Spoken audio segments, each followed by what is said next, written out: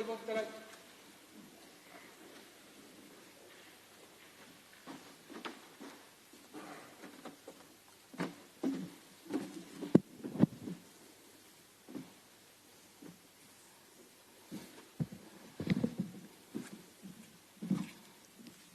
Se o tātou te talo.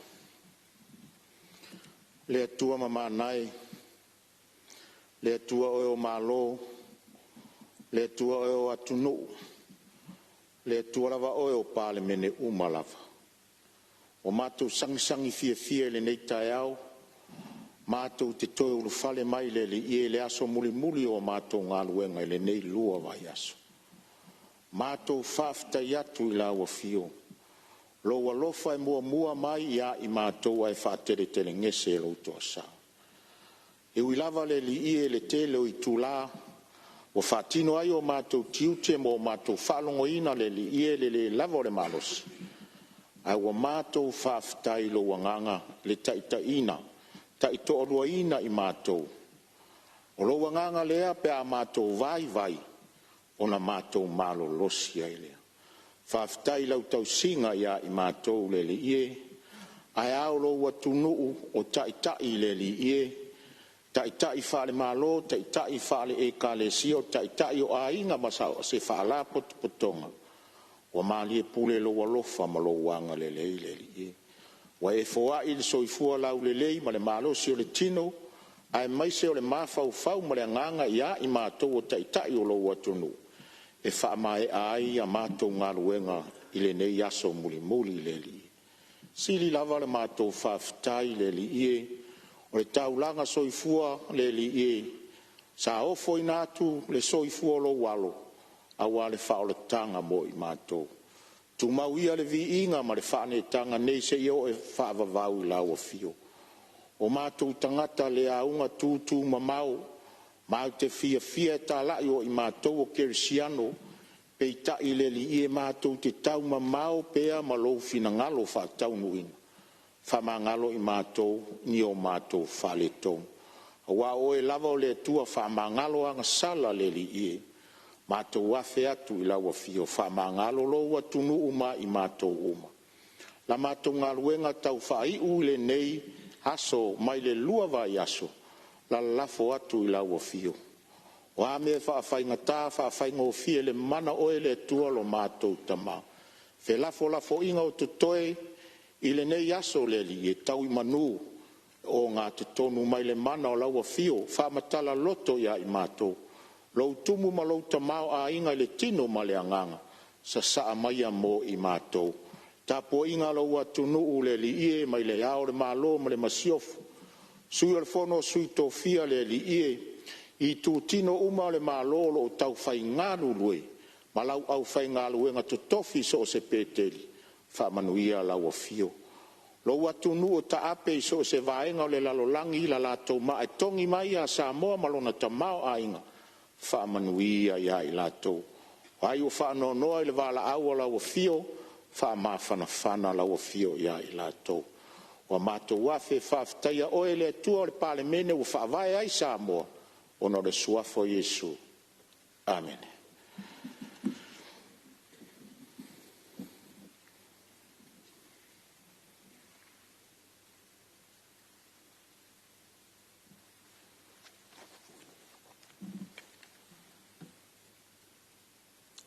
Whaftai.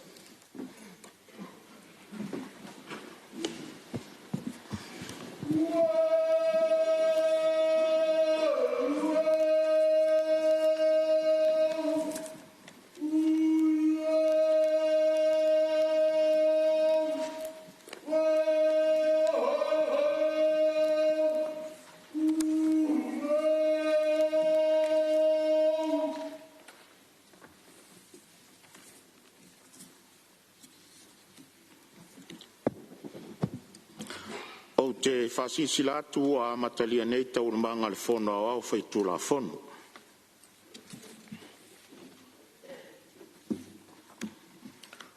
O te ofo alofa ma whatalo whatu pa ia maulunga o le palemene o le tātou mota le nei tai au fou. Le fio mai o lau fionga le palemia, Fio foi lau fionga le sui palemia ma fionga I minsta o le kapeneta. Tainane le a fionga I minsta lango. Fio foi lau fionga le taitai o le tuangai. Lau fionga le sui taitai. Fio lau fionga le sui fongatalai. Sui malu uma o le palemene. Fa malo le usu. Malo foi le soifua manuia ma le langi e mama. Le a fio mai fa urulunga mtanga luenga. Fa la tonga tu maoto le tato malo. Ma le mamadu le atunu o mawhai on tato mafuta whatasi le dei tai au. O te whatalo whatu lo utou soifua manuia ma le langi e mama. Ma lo le usu tai au manuia. Via le atua lo na alofa ma lo na anga le lei le nei tai au fau. O mawhai on tato fsile whai lo na mata ngō fie. Foi at pia ia le vi inga ia te ia e le au noa. Whatalo whatu foi le tapo inga lau fionga le au mamadu o le malo ma le masiofo. Fionga sui fono sui tofia ma utou fartua. Lau fionga le whamsino sili ma le tutino le whamsinonga. Ai mai se lau whainga luenga whauina le tala le lei. Sa moa I usa ma whainga. I lau whafonga tapua I mai ele ngata I samo nei. A le mamalu o sa moa lo o fio papa au so se tafa o le lalolanga. Whatalo whatu lau pale mene le nei tai au. Ma lor so I fua manuia. Ma le langi mama. Tapua I maia ma le manuia.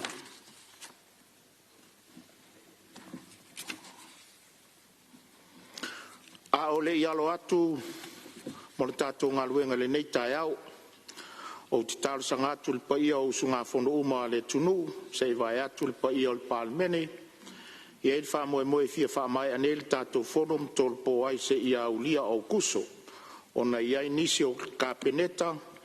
E malangatu mo usu ngā fono I atunu mamau le amtanga o le vai asfou.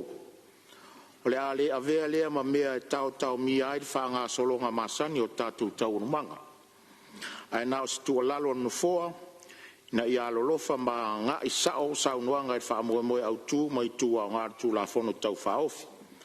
Le aso fono pupu fole nei o na tātou te manawa li tū la sifuru malelua, I la o au le tū sawa tātou tū la fono tū mau, ai ta oto atu. Manuia le alo atu mo saunoanga whaitaunga whaalua o tātou tūla fono le anga I eile nei asu.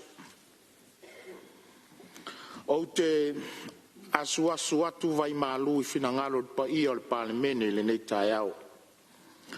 Ai mai se foi ua longoa, malongona le atunu u le taunuunga le tātou whamoe na pō. E tusa o nisi o tō whinga alo ia sa o tātou whe lafo a iai.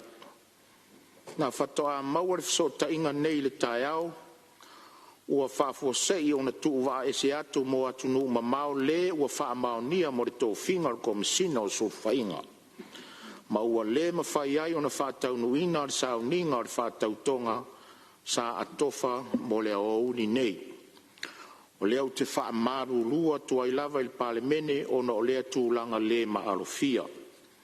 O le whatau nui nai le whatau tonga o komisina o surfa inga e pei o na atofa.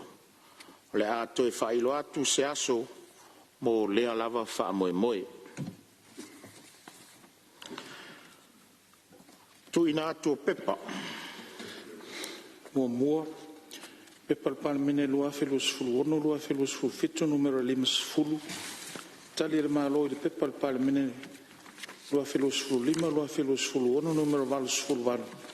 O le lipoti le komiti le vaenga taunu vafealoa I le pepa al palemene numero 12. O le lipoti faletausaga le pulenga o tina mu mafaaulave faafosei mo le tausaga faaletupe lua felusfulu 5 ma le lua Pepa le palemene lua felusfulu ono lua felusfulu fitu numero 5. Toi ti mata le upenga o tulafono sa mo numero 2. O le lipoti faiu 2.5 al komiti le toi futainga o tulafono sa mo novema lua felusfulu 5. Falo alo laufio. Maluenga le aso tau malo, faitaunga tulafono tau faofi.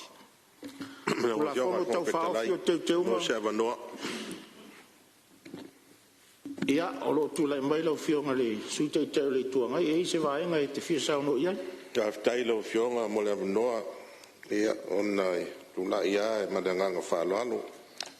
O leo wa maea o na e osi taulanga nei tae ao. Foi vi inga le tua wa malei fua mai. Po e manu nei tae ao ia pa ia mo lunga tātou mau te nei. Ia waan wha o wina o tātou ngā luenga wha maro wha aftai vi ia le tua wa mai a wharu ngā luenga na pō.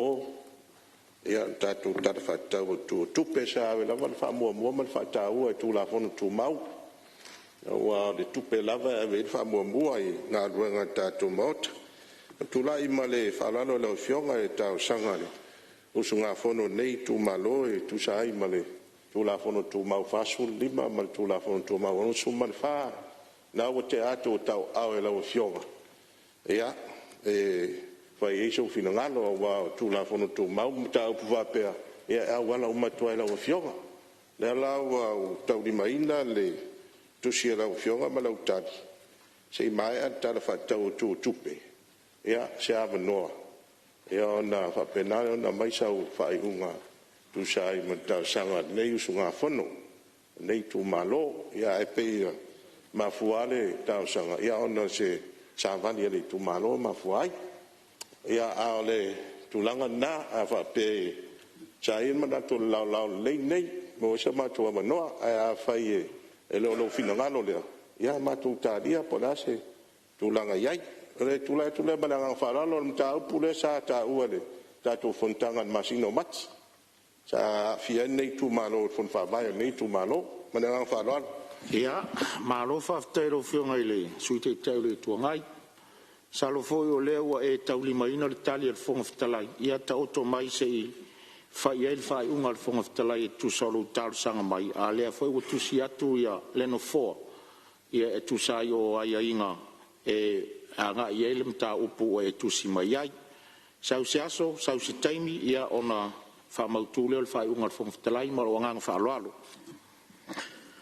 ngaluenga le aso tau malo fa itonga tu la fono tau fa ofi tu la fono tau fa ofi o teu nga tu la fono ele fu nga fanua ma si o manga o no fa itonga fa lua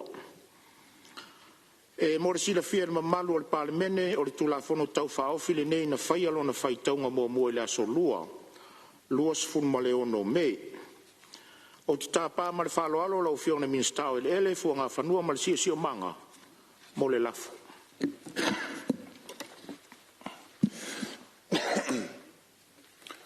aftai lo fiona ile fonga ftalai mo le matou wa no mana tu le o umona e sisila mua wale tua mon ngalo ala fa mai fo I fa no ngale le pa yo pa mene yo ngatula nga fa rupe wale fio lo fio ngale di pa mia marka peneta sui minista ia te ina ne fo yo le fio lo fio ngale tai yo le tua ngai sui tai mele nai tu e te ina ne fo le fio lo fio nga sa fa pito mele nai tu to tas ma to manatu le tato se lua I lo salo fio nga fo ngaftalai o tula I le ava tele mal fa alo fa tu le lafo da o fionga fonga ftalai fa tu le lafo ina ia fai tauna nei le tula fono tau fa ofio tau te ungo tula fono ele ma fuanga fanua ma le si o manga o ono ilo na fai taunga fa alua ma u te fia tau tala fa mala mai ai o le lafo le alo fionga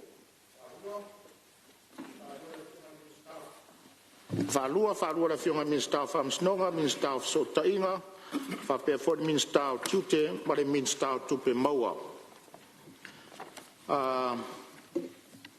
o tapalo fionga le min stau mo sau noanga fa mamla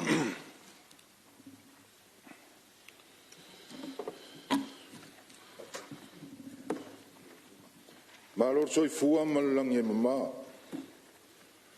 la o fionga al fonga fkalai ai kenga nge fo il pa io al pa menge ngi kai a fo mga kulele wala fai mai fangunga lele ngi vai ngor kayao ua fo ile fika I kunga de ongi sawa ku ngai viere ku elo nga lofa malonga nga lele le o mfai on ka ko la rua silfa I ki fa ngi a wal fa wa wingo ki ko fa au mga luenga ngi yes fo na o fionga fon kalai o le alo kula I ngi kayao ia fora si aku le kula fongo kau fa ofi o ka kia ngei mauka Tulafono tau whaofi o tau teunga, tulafono ele mafuanga whanua ma si o si o manga rua onu. O le aunga ma wha moe au tū o le nei tulafono tau whaofi. Na ia tū whaatasia ma pūle aina I lalo o se matanga ruenga e tasi. Le vava aia ma pūle aina le lei o whanua o le malo. E le la ma le la ina. Wasilia ma le lua tausanga talu o na fuafua ina le tū whaatasia o le matanga ruenga o ele mafuanga whanua. E tauwala le polo a inga ma le whetuna inga o matanga ruenga ma whaalapo potonga. Lea na whailo ai le aso mua I ulai lua o lua wha.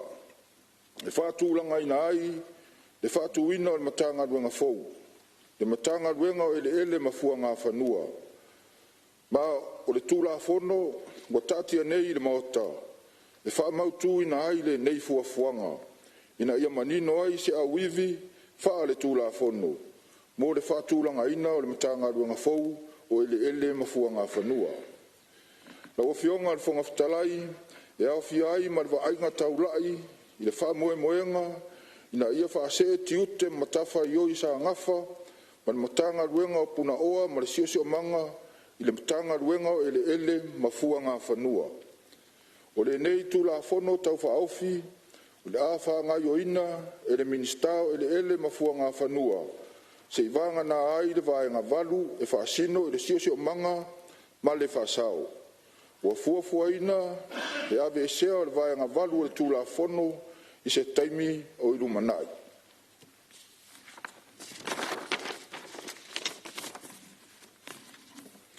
O le nei teunga tau whaofi o le āliliu uma mai ai whanua o le mālo. Sa I lalo le whaala pototonga le tu maoti o le mālo, Samoa Land Corporation ma le estate tausi I le mō la sā. Ma o le tulafono o tātia nei I le maota, le wha mautu ina ai le nei fuafuanga. Ina ia manino ai se awivi wha le tulafono, mo le whaatūlanga ina o le matanga ruenga fou. Lona au waa, po le awhainga ruenga, atoa ai ma le whaasee umatu ai o whanua, o le malo, whaapea o na whaonga ina I tūtino ese o le malo. Se fulu ni vaenga o vai ina ia ile nei tulafongo tau whaofi, ma o te fia whailo e whaapea. Vaenga mua, o le nei tulafongo, o le a wha mamaluina pe a sainia e le a mamalu o le malo.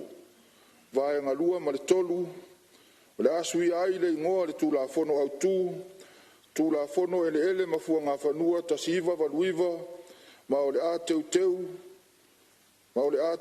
ai masuia ai, foi ma le vaenga tasi pui tasi o le tulafono au na ia tangi ai le nei teuteunga.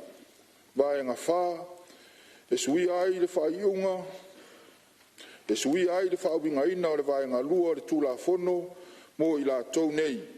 Ina ia manino ai, I la tau wa whaasino ina o le ofisa sili, minista, matanga ruenga. E sui mai I le matanga ruenga o puna oa, wha le natura ma le siosio manga, le matanga ruenga o ele mafuanga whanua. Vaenga lima, wa sui ai le vaenga tolu o le tulafono, ina ia manino ai le ngaf, ina ia manino ai e ngafa le ministao ele mafuanga whanua, ma le tau aveina, whaao ngai o ina o le tulafono. Ma e mawhai ai foi o na ia wha matu atu, le malo si anga I le ofisa sili, na te whaati noina ai, tiute tu sai o le tulafono. Vaenga ono, e suia ai le vaenga wha o le tulafono, ina ia iai sa matanga ruenga o ele mafuanga whanua. E au fia ai lona au waa o le minista ofisa sili, sui ofisa sili maisi tangata whainga ruenga. Vaenga fitu, e suia ai le vaenga lima pui tasi o tulafono, ina ia manino ai o le ato fia avea ma ofisa sili, o se tangata ua anga waa atoa matala whengai mo lea tofinga. Vaenga valu, e whaapitoa I le whaawa wina o le matanga ruenga o puna oa whaale natura, ma le sio manga, e au fia ai le minista, ofisa sili, ma le au whainga ruenga. O le nei vaenga o le tulafono tau whaofi. O le atu maua I pea le whaawa wina o le matanga luenga o puna oa whal natura marisio si o manga si e iai se taimi e whaamautu ai sa la tau tulafono. Vaenga iwa, ia whaao popo iai le vaenga fou, se lau whaafitu a, na ia ao fia ai, ma mauti noa I so se tasi, sa whainga luenga I lalo le tulafono. Ia whaa wau pea, whaa maluina le tulafono. Toe teu teu. E au fia ai le whaa wau wina o I la tau sa whainga luenga le whaa la potpotonga o ele ele, ma le este tausi I le mola saa. Ma aloa I ai ma ta upu ma nisi tiute whaatino e le mola saa a ele I whaa mamaluina le tulafono. Se lau whaafitu a pui pui iwa, a ngai le pui pui se fultolu, e a vea nei ma whaasin. O vaenga nei e whaasino e le whaanga ioina o whanua, sa umia e le whaala potonga e le ele, ma le este tausi. Vaenga sfulu, e whaasino e suinga o isi tu la fono e se fululua, e aloa I ai le suinga o le mtanga luenga o puna oa whaale natura ma le sio sio manga, le mtanga luenga o ele ele ma fuanga whanua. Na wa fionga al fonga ftalai, o le nā umanino tūlanga o le whamoe moe o le nei tūla fono. Tau whaofi, ma ua tuina atu, mo la tātou whelafo lafo inga. I le nei yasu, ma le whaaloa. Maro, whaftai lau fionga ni minsta mo lau saunoanga e sanga whamanino, whamamala mai, whamoe moe tūla fono tau whaofi ni nei. Leo whafonga fōi tātou maota, wā tāpena ina o la tū saunoanga. Le avanole nei mo whelafo inga le tātou maota le tūla fono tau whaofi, ia o tu atu le avanoa mo se sui mamalu e fia saunoa. Lau fionga le whangwhitalai. Ia e mātau atu leo tūla I mai le sui o lo tufanga, ia tūla I mai e saunoa le tūsor tūla fono. Whaftai tele lau fionga mo le avanoa. Whapa ia tu fōi ma le whaaloalo le maota le netai au fōu. Pi tia le taulanga si tia le netai au e lau fionga I le whangwhitalai. Ia awale anga le lei, le tātou taisili, teiteina mai, le soifua le maota I le langia mamaha, ma le soifua le lei. Lau fionga I le whangwhitalai. Tula I atu e whaisina manatu mo nei tula fono taua. Mai o te mua I whapea atu. Talia il nei usunga fono, le whamoe moe o le malo, e pe ona whatatia mai e nei tula fono le fionga I minsta. Mai o lau fionga le fonga whatalai ma le mauta. O le paia ingas fulu ono. Na amatai na whaisenga luenga e saili. Po o whetonu o tatia ai le tūlanga o whanua whaale malo. I lalo pūlenga ese e tolu. O le tātou amtanga luenga o le MNRE, le Land Board. Ia o le tātou whaalapotonga o salasi. Ai mai se foi o le whaalapotonga o le STEC. E te leelenga luenga I le nā whanga soronga mai o le pae inga sifuluono. I le tau mai tauina o whamaumaunga whaalapotonga ni ese. I whanua o le malo. E le whaingo fia fo I le ngā luenga. E le ngata I le whaitau ma le whamau popo mai a o tūlanga fo I o whamaumaunga. Ai mai se o le whe tūna inga o nisi o whanua o le malo. Ai mai se I le taimi na whatūlai mai ai ia le salasi. O na o mai ai lea I le pai inga sfulfitu talu ai. Pe ona mali e saunoanga la fionga le minsta. E ona taunu ai lea o se whai unga le malo. O le a tu whātasia I tu tino nei o le malo e toru. Sa ngafa ma le vainga ma le tausinga o ele o le malo. ia mawhapena o na amata mai e li tāpenanga I lalo o ai inga o whinga whaavai. I le whetu na inga o matanga luenga ma matawhaioi. Le la ua tātou pa I mai nei pa inga sfulvadi. Ua tolu I pa inga o mawhauwhau, le malo, le pāmene le nei. E winga I le aseta tā ua o le malo. O na ele ele. Lau e whionga le whangwhitalai. A tonu o le tasi lea o se whateita inga o se mata upu ua whengai. Ma whainga malo. Ma I le pae inga, I le pae inga, I le pae inga. Ia, ma mawhai o na muri ta ia. I sona whataunu unga. Ma o le anganga lea e whawai eile e whawhitai. O na ua tini ia se whamoe ua lewa o na tāpena mai iai. Ele ngata ile na ai o le tāua o le aseta le nei ale malo. O le tātou whelafulafua inga I le tala o le tupe ni tāngā luenga I ale fionga I le minsta. O le sa maua I foia fina ngalo whaalia. E winga I whanua nei. Whanua o le malo. Tālu sanga tangata nuu. Taito tasi. Ai mai se foi tālu sanga nuu mai tu malo. I le malo. Mo le whaso atu. O le aseta lea le tātou malo. O le mea foi te langona I le nganga whawhitai. Lau fionga I le toe whatula I mai o le tātou matanga luenga le ni. E pei lava o isi fo I matanga luenga. Tātou te tau mawhai e eise no fuanga au tū. E whai eia tātou whainga whawai. Mo lea mata upu, ma lea mata upu. E pei fo I o nei ai. I le mata upu le nei o ele whaal malo. Ma e o whainga whawai I so se matata e ese lona tāua. Ma e o lesi matawhai oi lea tau ave a tātou matanga luenga se. Mai whapena foi e whamoe moe. Mo le tātou matanga luenga lea u whatu la fo noina aloa ia. I le nei tai au. O tātou tala noa I tālo sanga ale atunu. A o lisi fesili e tūlai mai. O le ase wa ainga ale malo.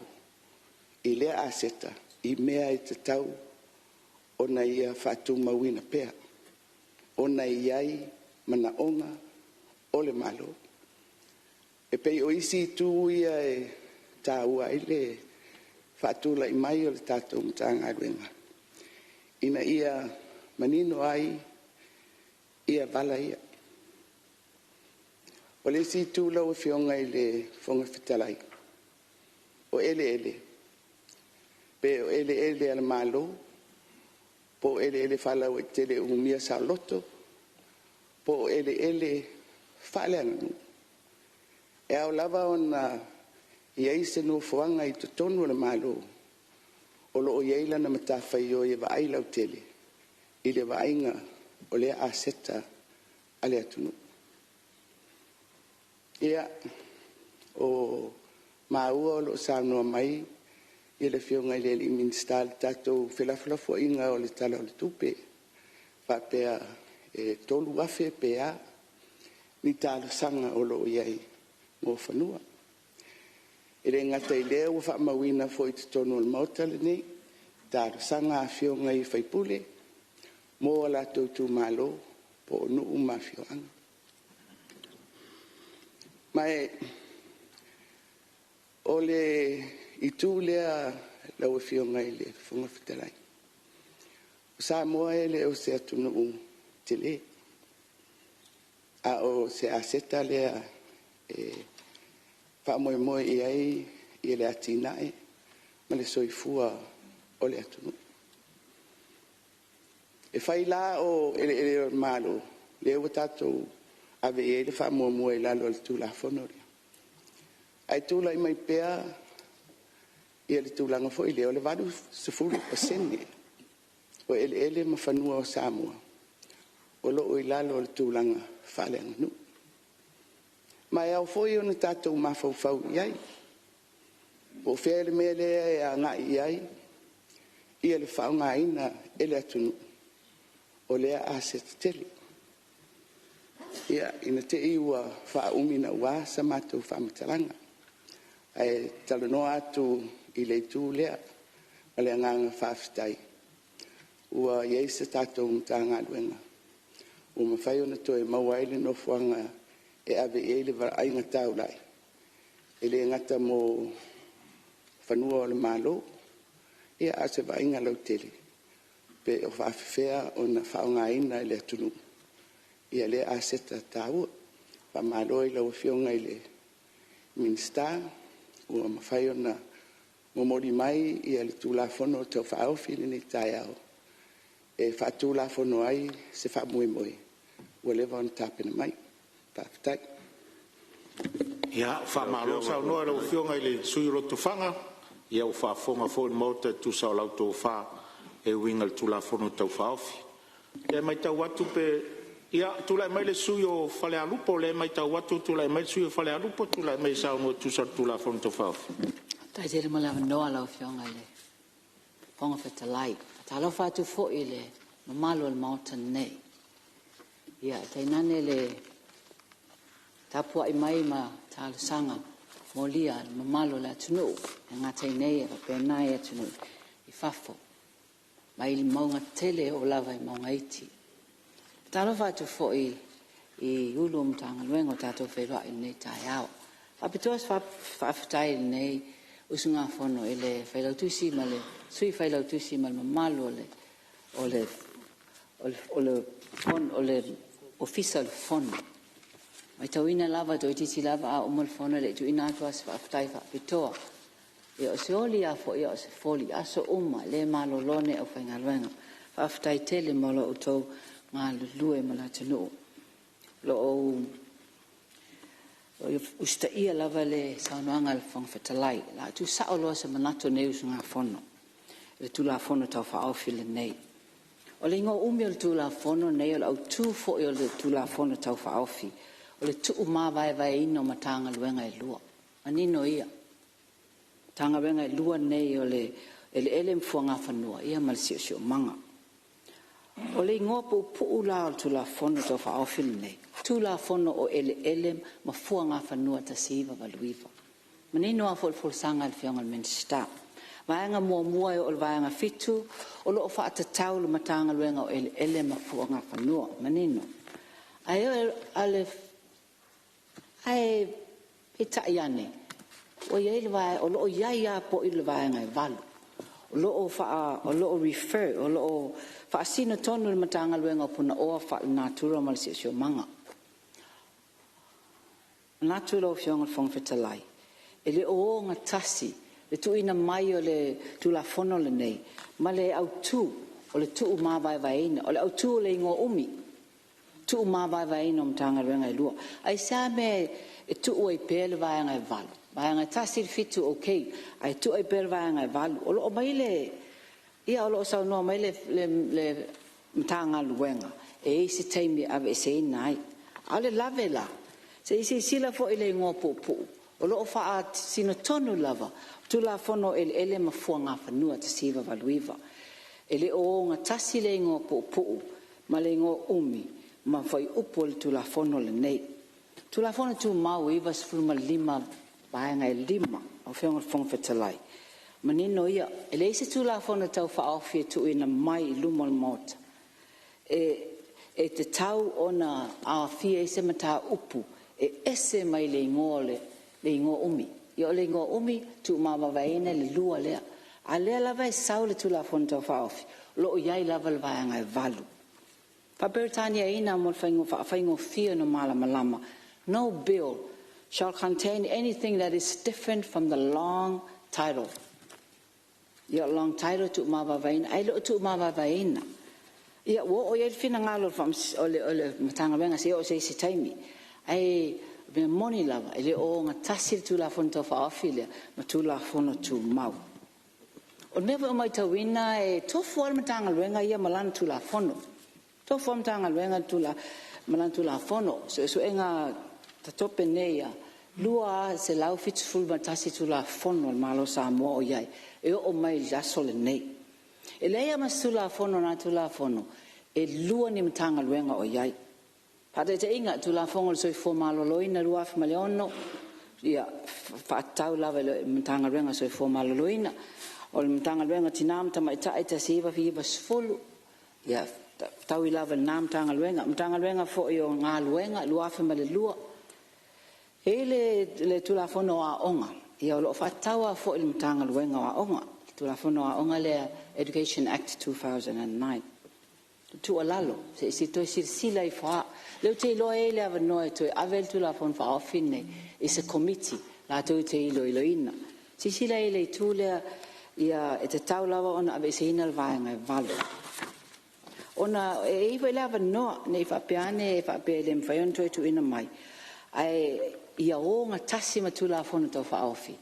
Tauna to sila le tu le Now do I to la phone to maul se laus full fa e mfayon to fa au tua au se laus full lima e mfayon to fa out to ina mai ele minsta au to lalo na nei usunga fono se sila na ane si sila ane ai si sila ane iai ona e a pasia nei ele o ngasi matula fono to mau es fata e inga fo ele taunda to mulmuli ai mal fa lo te lo fiona fonfetalai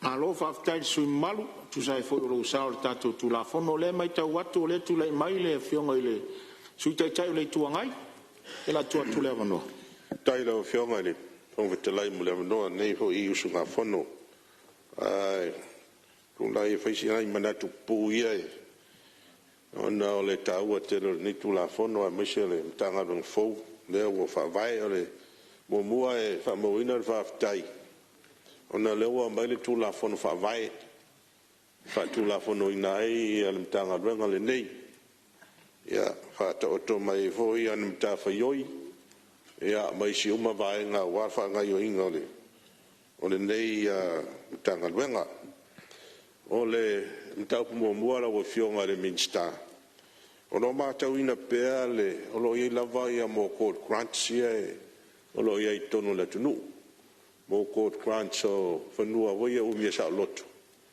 mai vai taimia tasi valu I was fulu fa solo mai e o ai si e o si estete lele na matou tal no ai malisi va nga pe ar vai taimia tasi va o lima e o mai taimia nei e ala e fiu tau so en suli o le mfai na vai e fanua nei fa nga yo I tulanga masani e alo o itanga tolo no foia ia fonua nei ora sila la o fionga I tulanga I ona tau na fa mautum fa ma ape ia nei ma westet ia meselo I itanga tolo no foia sai ele tula fono le tau mantua na mai tono matam salo pole ono e tau sanga tal waipea pe se fu tau sang e tulanga ia fa pe tu ia taimi tu e te tapula e o aila ia suli matangata nei fua ia fanua nei a mai a taimi le mai ona fua ina fanua nei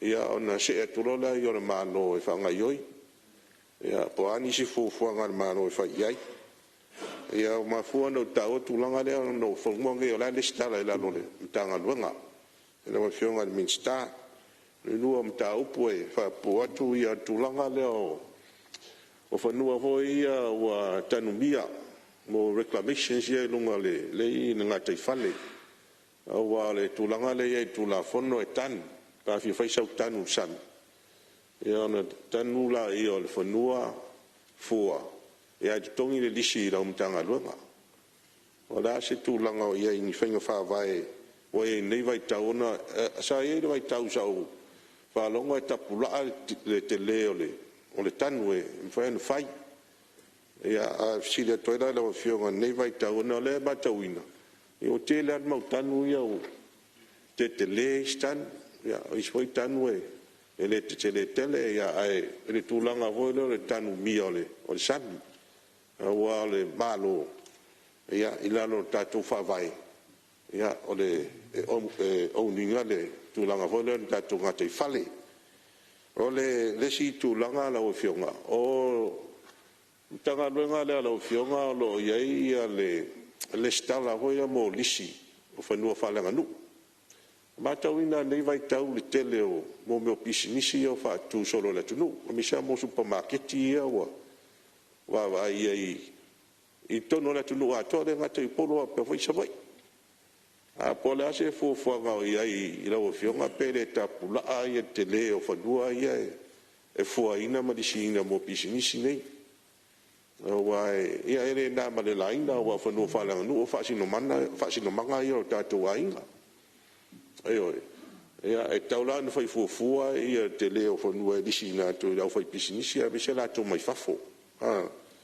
ia pe to langa na ia pa pe fo le tong o le simele pe matauina pe ese uma to tong ese uma to tong yo le fo no ma le fo no ia o fo i tua yo matou tu malo ia fa pena fo to langa ia se sisila ne lo fio ile to langa le na o le si vaenga la o fionga o le te matau o le tatu malata polo le i faleata o le ilalo la umtanga luenga a le malata polo la sa ilalo le sala si Samoa Land Corporation e sa operate la fa business wa tele tu pe fasini ma tu pe mawa le tatu corporation mele ale tu la i meutai pe matauina ia ona lewe lalo le ministry ia la mtanga lu e peila o me uma ba payments me uma process o de togi la fa ngarenga ia e so ta iba I mtanga lu ngo tupe wole to operate la pe on mesa I fa business e vai taimi o lalo sala si ia sa ia lava pulenga sa vaveana fa tino ia ngalu ngamna mia ia o tu langa te wina malai ia pe foi mo fale e wa fale foi la ia o le batawina la lisi e mo me business ia o tulanga fa pena a wa la operate foi le so se profit tu pe facile ia a ole pe e batawa tu pe tau no tia foi ngale so ta ingale male a pola si la lo fionga pe fa tu ma oti fa se fo fa tu ma oti ale la ta polo ia pe fa se la lo si Mtanga ngal malo po fa la tonga fa na fa wa pe na fa I tu la ngale fa business e mo tu facili e fa ngo fia I fo nga running ma operator de on malai na ya pe yo na imta pu ya la fio fo fitlai e fa tai mo le no fo fitlai sa no tu sa fo ngal fa ya fo ya la tu leva ya la tu leva no le fio ni sta tu pe mo le mai ta watu tu le mai ia fa failo fionga frufta lai mole kamanoa fa mal for sui mai ano ma ia tu sai mar sa nga matango fie le ai wala no tu lai fa mole lo fionga frufta lai tawa tele mele sa no ile fionga ile fai pule mai ano ma va nga foi le sa mato ia ile board ale Samoa Land sa mai se mato fautuanga ile fa mato eser va nga le o meta investment ile Samoa Land le la ve mala ta polo ya mes foi la to hotel foi la ona o mato mai tawina te le o le tupe sa mo mai ai fa time mo le fautuanga tu mai e te la longa ina foi sa longa sui mamalu e ta una sila le ia ile tato va ngalo ele ma funga fanua ai ta ua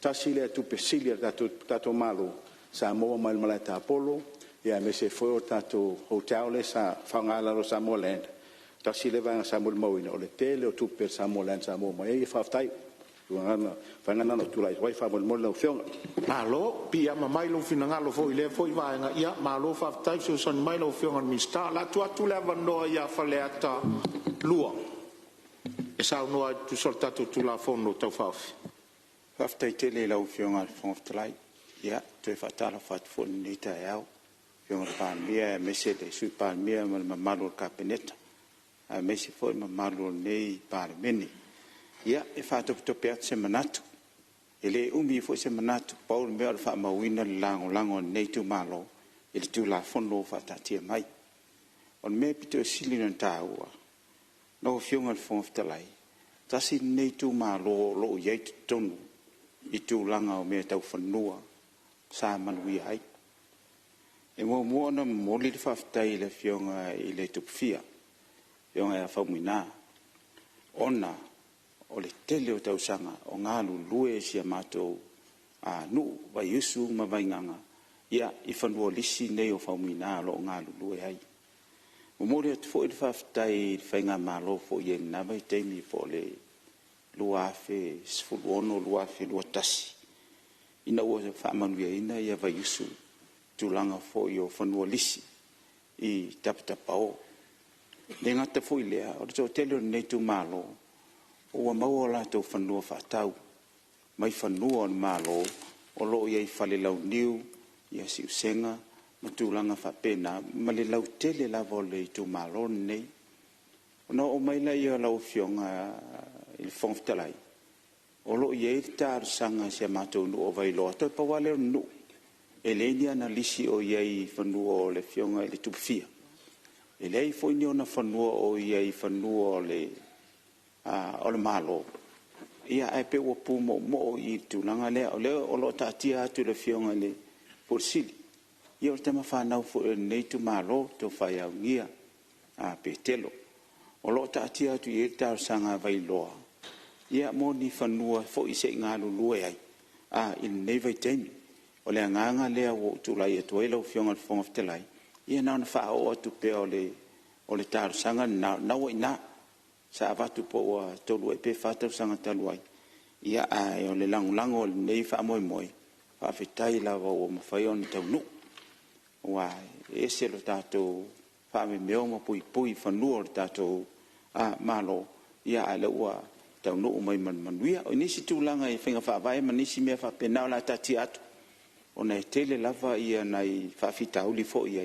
e au lava ona fai mali ia mau I fo se tulanga le ia nei tula mo le atu fa fita ila o fionga fon ftalai so I fo manuia malo fa ftai lo sa fa le atalua tu sa tatu tu la fon tau fa ofi ia fa malo wa I fola mamla ma fo msalo le siu tu malo le si tu malo tau ia tu la fon nei ia mai tau atu le tu la mai lo fionga tai o le tuangai ia la fo atu le avanone tsau no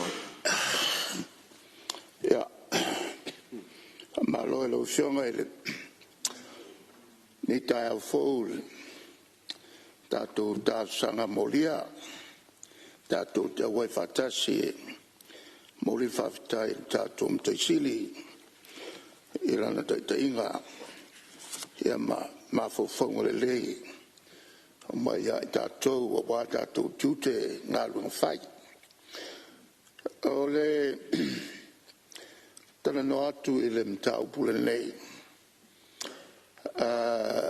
pe foi no doctor la son nafi o avere fioma il salva pito ya fiemme a minsta o ele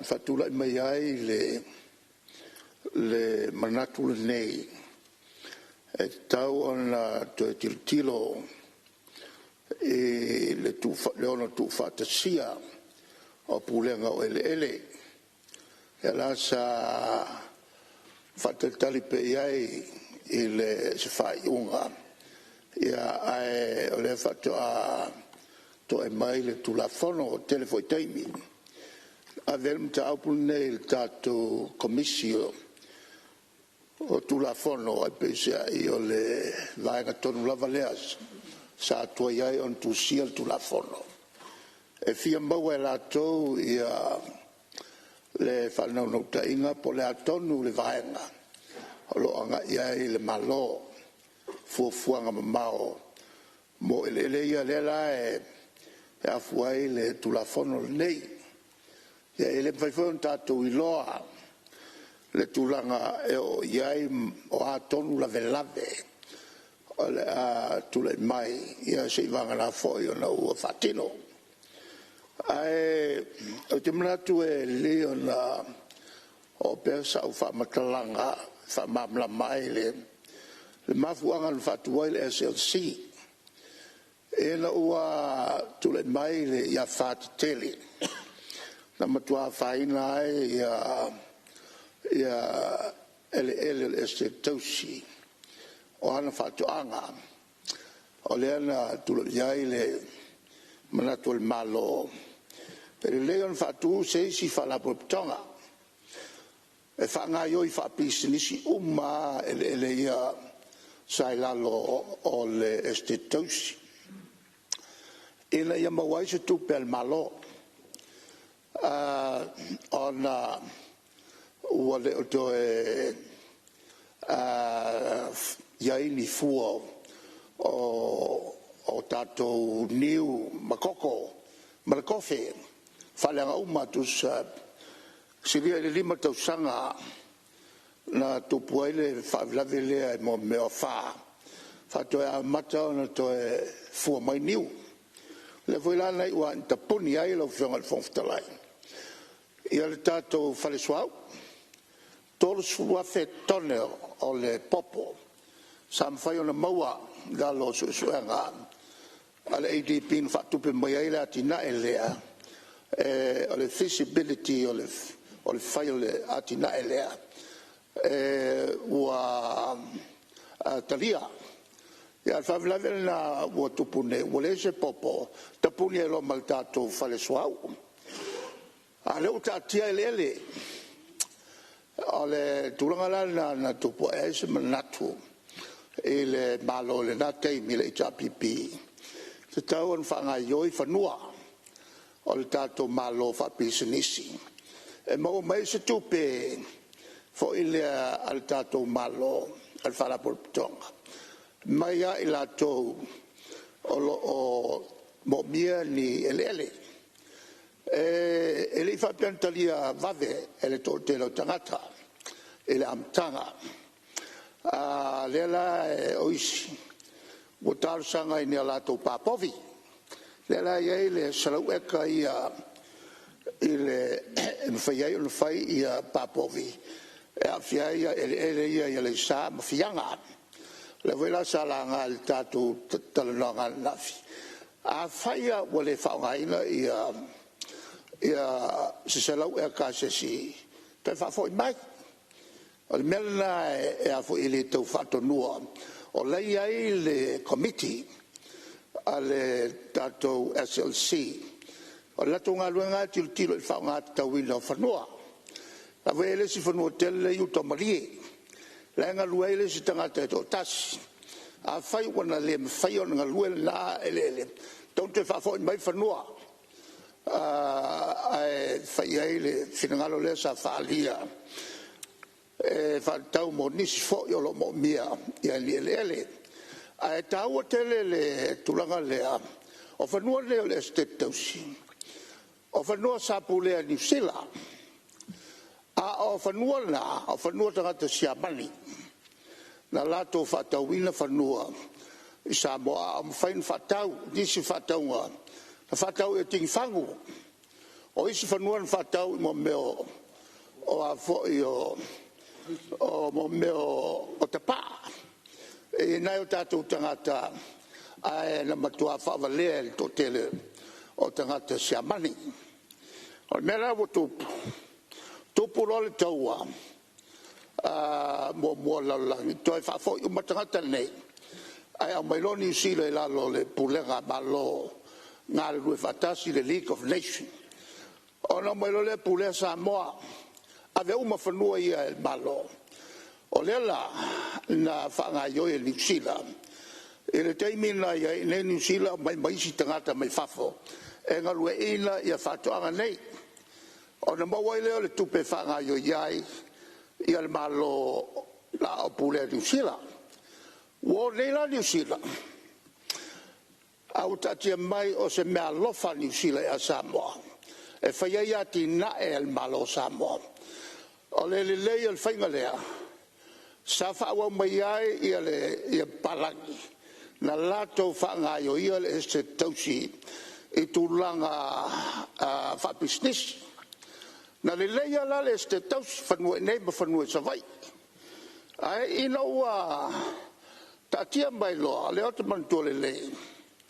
Le tausanga wha le tonu ai ia ele nei, wa apa ia ele malo wha o ngā wha le te tau. Ia whanua o le tunu. Ua whaiei wha lave lave. Mena e o mai nei foila, o le wha lave lave a leo, o lo tupu nei ele nei. Wa pisi nisi wha le malo. Malo stele le polokiki a tu iai. O le tau ole na, o le whaingale le whai, lafo i le SLC. Ia mai o lo whangaio iai pia wha pisi nisi, ia le tele o whanua. Le la ua tatia atu lalo. E le pulenga al tatou mtangarua fau. Ia tau al mele nei. O atina e la tou, wa uman whai la tou lisi. Wa uman whatu la whanoina. Lona wenga tilo pe iel komiti. I se whainga toi ftuna iai. Pe ama whai on whai. A ole tulanga ia le atina e. E tau o tele atina e olo whai e tangata ne whangaio iai. Ia ele nei o le malo. A whai fo i le sa au mai le fionga i le savapito. Le tulanga le atina e al malo. O le mele ta wai le iai peo whanua al malo. Mo atina e al tato malo. Wa al malo le tunu atoa. O whanua foi. Po ia le nu o le luma fale iai. O whanua e iai na tagata savai. Tagata le tunu nei o whanua e iai na tagata i whakaloa. Whanua uma o le tunu nei. E le whapela o le luma fale i se nuu i whanua. O na whapea i le o lato whanua i le ai. Lalo le tula whono. Wa uma o na whai whamsinonga. E awhi lima se lau la whai whamsinonga. Na whaia e whamsinonga mawalunga a sia mani. I le tele whataunga sen whai. Na toi whafo i nisi whanua. O whamaunia e sen whai i a whataunga. Awhi lima se lau. Mena le na liai mai. E le whaavelawe le antulai mai ai si umu. Ona tilo lole i ai o le tato malo. E le tato loi sili. Ma le lato loi sili. Mfa mautu ai. E awhi lima se lau whamisinonga le whai. E le whamisinonga mawalunga sia mani. Ma whatu mawai. O whanua o lo te toipea. O whanua na whai le leia. Ia whataunga whanua. Le laua te amai le SLC, le lato te wha ngaio ina. Ma o te rangona fo, le el komiti al SLC, sa lato whai ai i a whai unga. Ia, ma le lau to e mei atu i le tato office o le mtangalunga fau. Ta ua te le sila toa i ai o le mtangaluenga. E le whapea o le avatu va ai el mtangaluenga. O na so na whai ai leo o unga e le tala whengai. O unga taun whai mal whai tete, mal whau tauta. O whanua o le atu nuu atoa e au ngā moa tina e ale malo Samoa, o le malo tangata umo Samoa. E ai ai na whanua nei. Ia, lo fionga le whongatalai. Ia, o le toi whaapopatu la. Ma lo whaftai lo fionga le taitai o le tuangai, tu ser saunoanga, tu atu lava no lo fionga palmi o lo tulai mai. Sa manatu lava se I ato mamai saunoanga sui mamalu. Au no le minsta na vatu leo se so soni. Ai o tula ia tu lava le se nganga e. Ai vela ve saunoanga taitai o le tuangai. La ngotatu fa mamonga. E mau e fa vau pe ale fa sa o.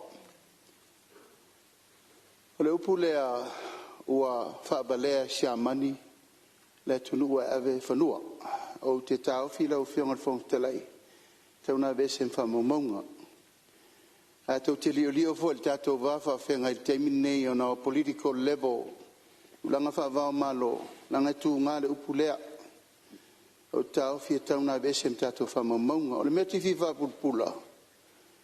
o leo mai o sia mani nei, e rei so no mai, a le lato ngā luenga fo ina fai, no mai loa ati na e Samoa. E le mawhai e se tala wha soro pito no toi suia le mea no mai sia mani fai nei. O ina, na matuatu lai ai, le tamau ai ngō Samoa, le mea tauna iei no mai sia mani va ai po lan me lei Samoa. O mai lo le develop whanua, lana lau la tui loa. Whanua tau Samoa, e se lau pasene le teimina, o whanua tau Samoa. O mai lo leo la tau lale au walan tau whai sia mani. Tau ma whai ina ia whau de malo, a lai lon whai whatal te nonga lei whanua tau Samoa. E mai whanua whao ngā le malo. E lei o mai sia mani whai whasuia inga leo whanua whale anga ngu le malo. Ngā o le maawe whanua. Ngā mai mo le malo. A tātou fua whata taula, ana le whai a sia mani le melea. E o mai le temine, lei ni whanua o le malo. Le ana toi foi mai lava whanua na tala noa sia mani ma le atunu ma mai whanua e ati na e ai le malo Samoa. Na uma le whaiunga ia foi sia mani e tō whanua tō i whea. Tō i limo New Zealand o le malo na va ia tātou ina wa uma sia mani. E o mai la le teimini nei, o whanua e tau te pisai nei. O whanua no mai sia mani whatoa. Na mai whanua whalenga nu, li liu whapalangi, le ati na e nei le atunu. E awo manatu lau whionga le whangatala, ilanga o tala e va ea e le lea. Tu lau fo, ia le fo i mātena no fo atu. O mātou fo so tanga o ngaka mai samanki. Ina nei me ane o tō manatu le lau amanu, a e le sira le wha amuri o atu. Na e mai moa mai matapua i le atunu o le mafu anga le na. Ina nei me ane o anga ngangu vale. Ina ngā luenga safa, ia ia Mount Tinoa. Ile o se si ai tu. Ile i ovo i sa mani ma ave se i ota se ele o sa moi vafu. Na o le tau le maule na la o fionga le fongalai. Ina ia malu tātou wha maunga, a vese le o pulea. No mai tangata sia mani, ma wha valea sa moa e vese. Ale me vi fa sa o la fionga. Ia, o leo mai tau atu no foa, ia, e tu sai fo o le vaenga mua fa pora inga le whaila tusur fono ina ia tu e se wha punga lea sa unore tai le tua ngai u wha valea sia mani sa moa ma le nganga wha loalo. Tu ese mai wha maumonga fono. Ia lau whionga tai le tua ngai e si vaenga o lewa. O leo le whasaonga. O tangata ia na la tu whatau whanua. Ma o meo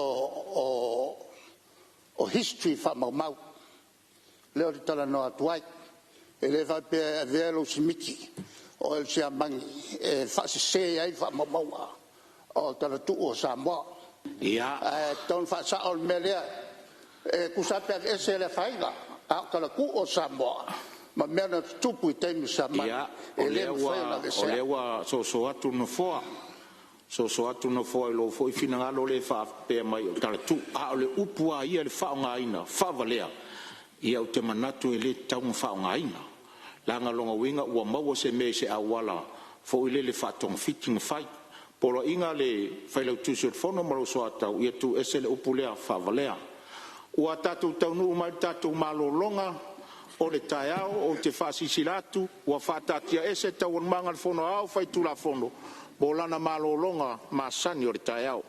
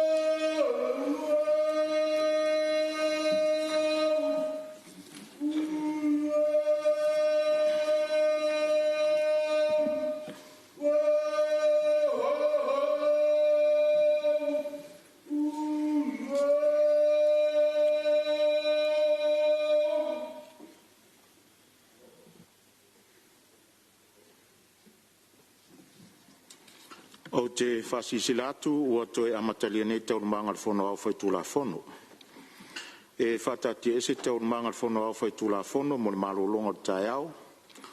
Ua mai a saunoa le whionga le te tai o le tuangai. Ia o le avano nei tu inatu mo sesi suus whono fia saunoa.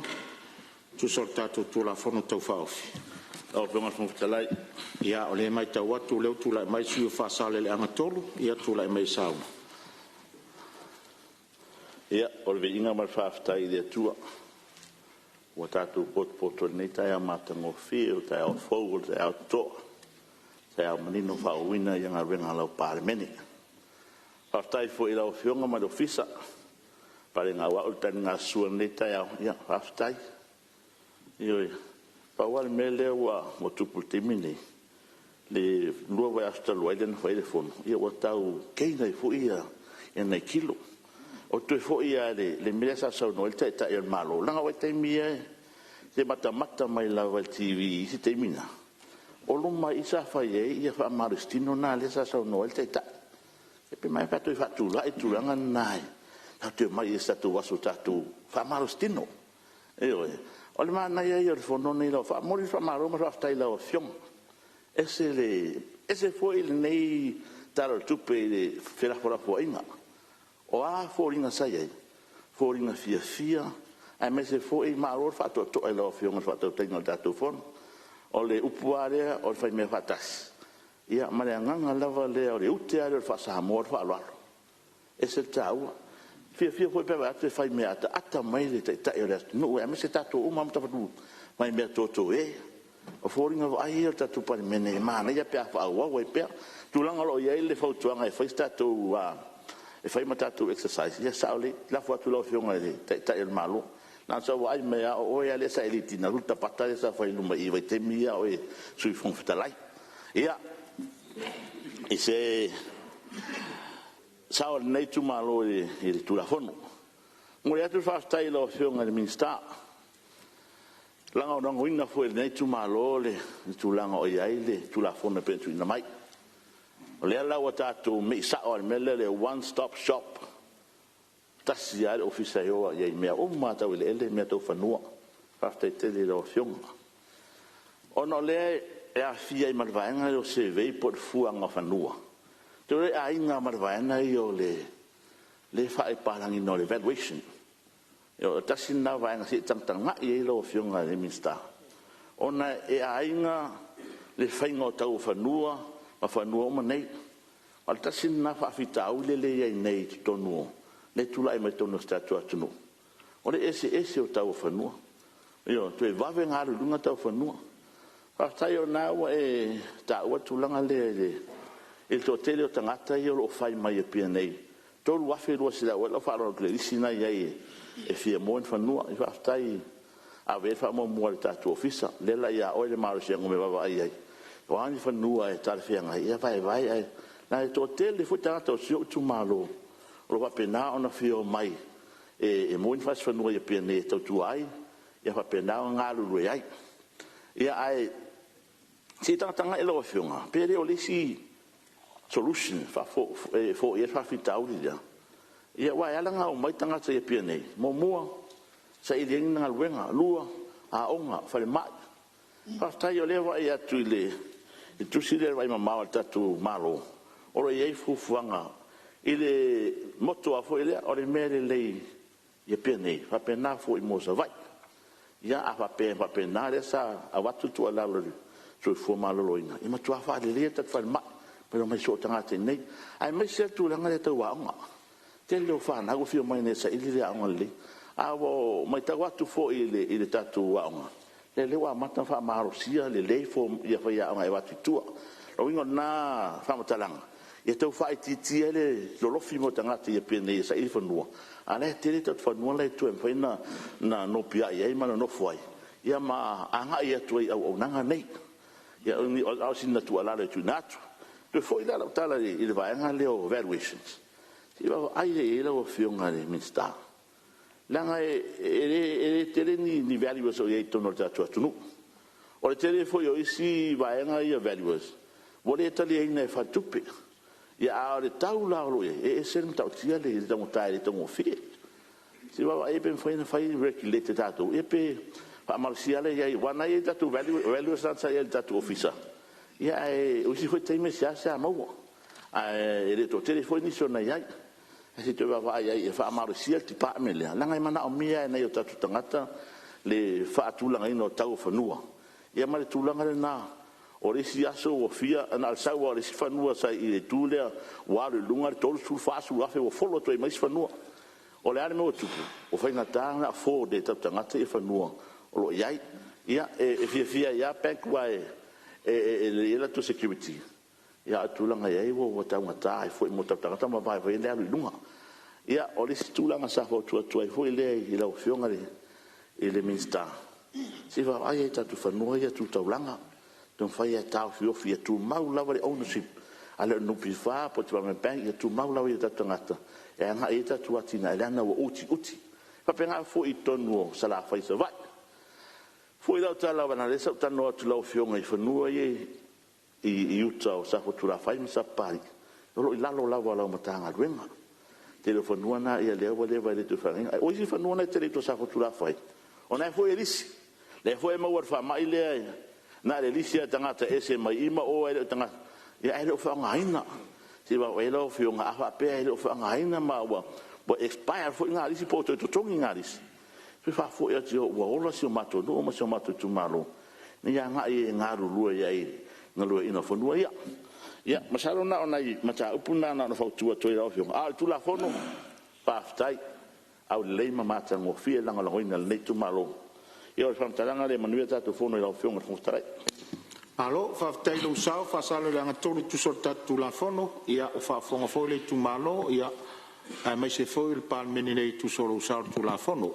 le tu la mai fa le tolu tu la vano fa talo fa tu le fio ngo fono ne yaso ia mai se fo ia la talanga to le fio pal mia ma kapineta malo sui fono le pal menine eri amatala o manatu la ofio famol mole e taimi matu tuai mai tonu le tato fon ma foang ele o tu fa fon le tato longo la ofio na tonu ai le long dala le isi aso matu te o fa le talo ne te o fa pe o matu ai mai ia le ai ure fa le tu sila long nga o ia le kanyi ele o ku fa ma fa lava mo silfia la fo silfia la fo ngalong ai mo le tu la fon ia ona ia tu la fono o le man fo mai ma fo ma tu na ma le fengo fi ata no lo fanua ia na ele sa mo ele silfia le taua o fanua so stanga taola paulo le tatu fasino manga na mai le tua o le angota le ta ofisa ia italuai o le tu fatasia fanua tau sa moa ia ma fanua na malo ma fanua sa lotu awai tolu ai to inga fanua mi sa lotu fanua na malo ia ma fanua ia falang nu le la o el fina ngalo na malo alwai ia ma le fina malo tu fatasi svanga tas ia ile o se mea leanga fa fa ngofina fo na mai tau ma si le fia le ia tu langa tonu i fanua mai ol mana ol melia se i ko fa se audit fo ngo mal malo fo ngo ia su salot po fe tonu la tatia a mesel ownership after le o fa no le fionga al minsta telin ta mi le fanua ni onis fo ni fanua sa fa pe ta ite na ai nga o ye u te se la u sanga bo la te yo no foi en la fanua e ma wo muri la lis o no winga o le ala le e a nga ai fo ile tu langa le tu le mai nei ai o le me pe silo na ta ua i lo u ta to no la mtanga o la o tu le fionga le mista mtanga la sa tele fo i tala fe avai i tu langa o tatu fanua e me se fanua fa langa nu whawhitai, o tari tonu, si le fia ele, e o ngana mi stau tu lai mai nei. E hei asa mea o whaale tonu o tatu whanua. E hei asa mea o whaale tonu. O tūlanga la leo iai. Waru su tas pasene, whanua whalanga nuu, se fulu lima pasene, whanua le malo, iwa se fulu ono pasene, whanua sa moa atua, leo i lalo, o le ainga, whio ngan mista. So tita se lau pasene whanua wai vaia. E leo se mea whaingofie. E whaingofie. Leanga peo na utau tala nafi. Awa leo le nuu sa moa atua, na avea whanua ave uma. Ave uma.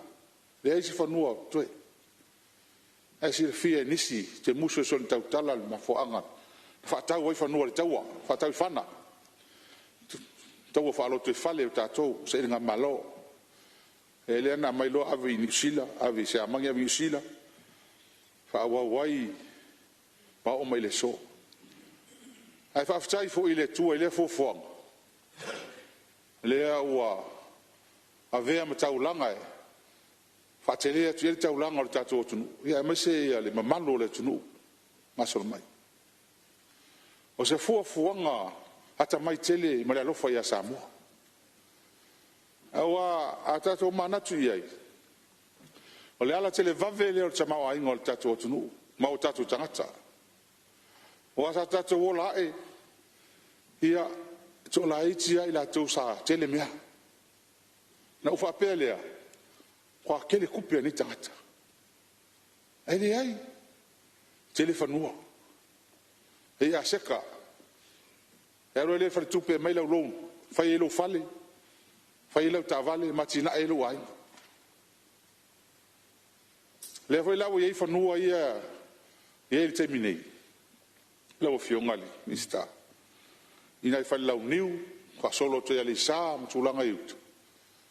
E tau hoi tanga i ai, nawa e sa no, wasu hau tuanga te te alinitu, moni. E tilo li whanua langa i whangu, ala e lisi, ala e valid level ko ingo lisi.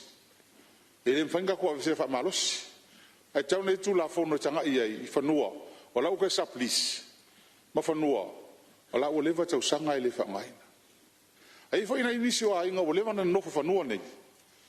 Tali tonu, ka fwoi tilo ia ia la tau, se la tau tarsanga. Pere mwhain whatau motu e la tau, te vaenga na ini whanua. Ko vaingi vai kele, mele le ia saki whanua ia. Ele papovi kele au kuso a toi, lisi tu wala. Ono le taimi leo la tala lisi. Whasa whatau whanua, se le ia luma. Ave lalo kalsanga ia le malo, le taimi. A le whatau whanua ia whatau motu. Ele vave na tinae. Lea lana vailo iai, ina ua matan whaatau whanua ia whasolo kule vai kele li whasangai mre si pim whangona. Whaatau motu tangata. Hati ina ino. Vave lo kele vave lalo la tina. Whaatai fwe la na ua sisila atu malo ki uke kwele vale fo il whakau. Le honko e whailisia i inga. Po le 5 tau sanga taluai, po le 10 tau sanga taluai. Koe ka ofi fo i whangua ia i vai kele mai si whanua li whaataua. E koe lisi. I tau taofi mai. I tau langalanga ina le finangalo le. Whasaleanga tōru. Wa sa o tau fo i le. Sau launga. Taluai nei mauta. Tatanga ia tato malo i whanua ia. E masi tono le tau langa. He lo fia e whasalau se whanua e whaatau el malo. Se mea le lei. Mea le lei mo tato tupulanga whai mailanga ele mwhenko e kupule. Tau langa. Taun tilo iai, e whaftai. O le hesili atu i lau fio. E lisi le ave i le Samoa Export Authority. Tolu afe eka. Awa e au talitonu, o le ofisa. E le ofisa pe facilitate, ele whainga msoswani le export. Lono winga lala ave ala tolu malo se anga to lisi atu e la to whanua inisi whaungaina. Wa lingi la ko fenga luanga e fenga luanga i longo whanua ne. O le ala mafuanga. Ele tatia pe whanua i lalo i lamtanga luanga. E lisi e tangata.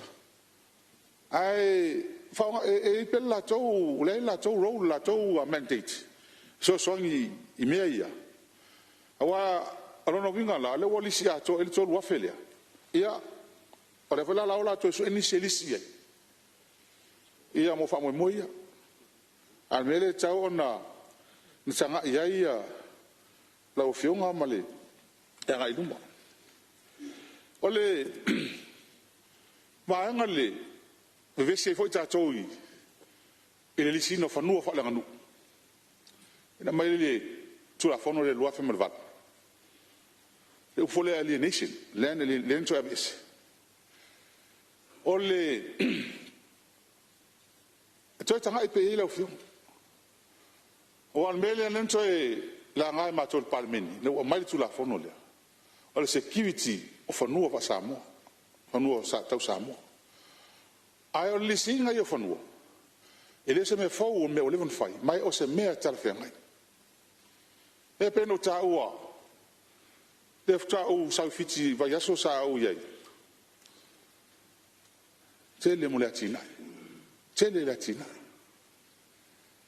ai o suinga le sui ta tu la fono lo afe suval nento sui tu la fono e a fia lava na le lis ele a fia le ownership of fano sulanga lele na ia mautino o saunga le mu fanua fa langa a faia default fa le tonu se pisilis e o mea ngala fi pisisia o le lis ai o le ownership of fanua e mautu la vitangata mai o te o lo tu fia ilo po ilalo la vola mtanga luenga e fa man malunga le o sa ia fa man malunga la mtanga luenga e fe so so ni tato tangata I fai ngoli sia ma le vai ngol mai tau tu ina oli sia ia sa ngale mu ia ona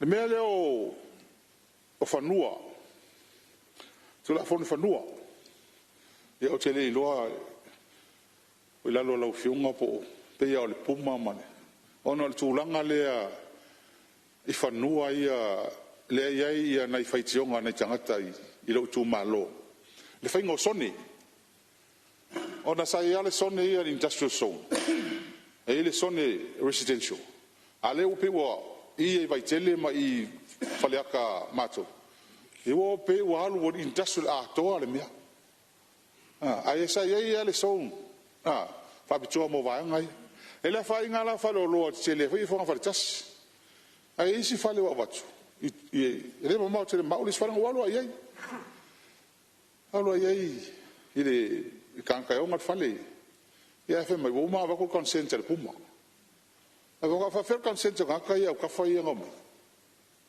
na wo ku ma ke kila le fale ia sa round le fale na ko le lopo e ku langa le la fio ngai I va ngai ia ai o te langa langa ina le a wale le mea ia saunga le mu fanua ia fa langa nu wal mesa ia ia akala ku fa mai le fangua ngai le samo le no len po wal ma ila lo eminari ia mo fa to ina la fio I se te mi o mai nga fa fa wo ma fa le a fa le fa ia le ori po o ma fa se ori to fangua o ma ngi le malo a tai ia ile fanua le to nei mato ia le asi le fia te ni tu wa al mato tu malo te le vesina yai papa ai fana se tu lo e ta ofia il malo fanua nei mo atina el ta tu le la o ta tu ai fa ngo fie fo ina tina e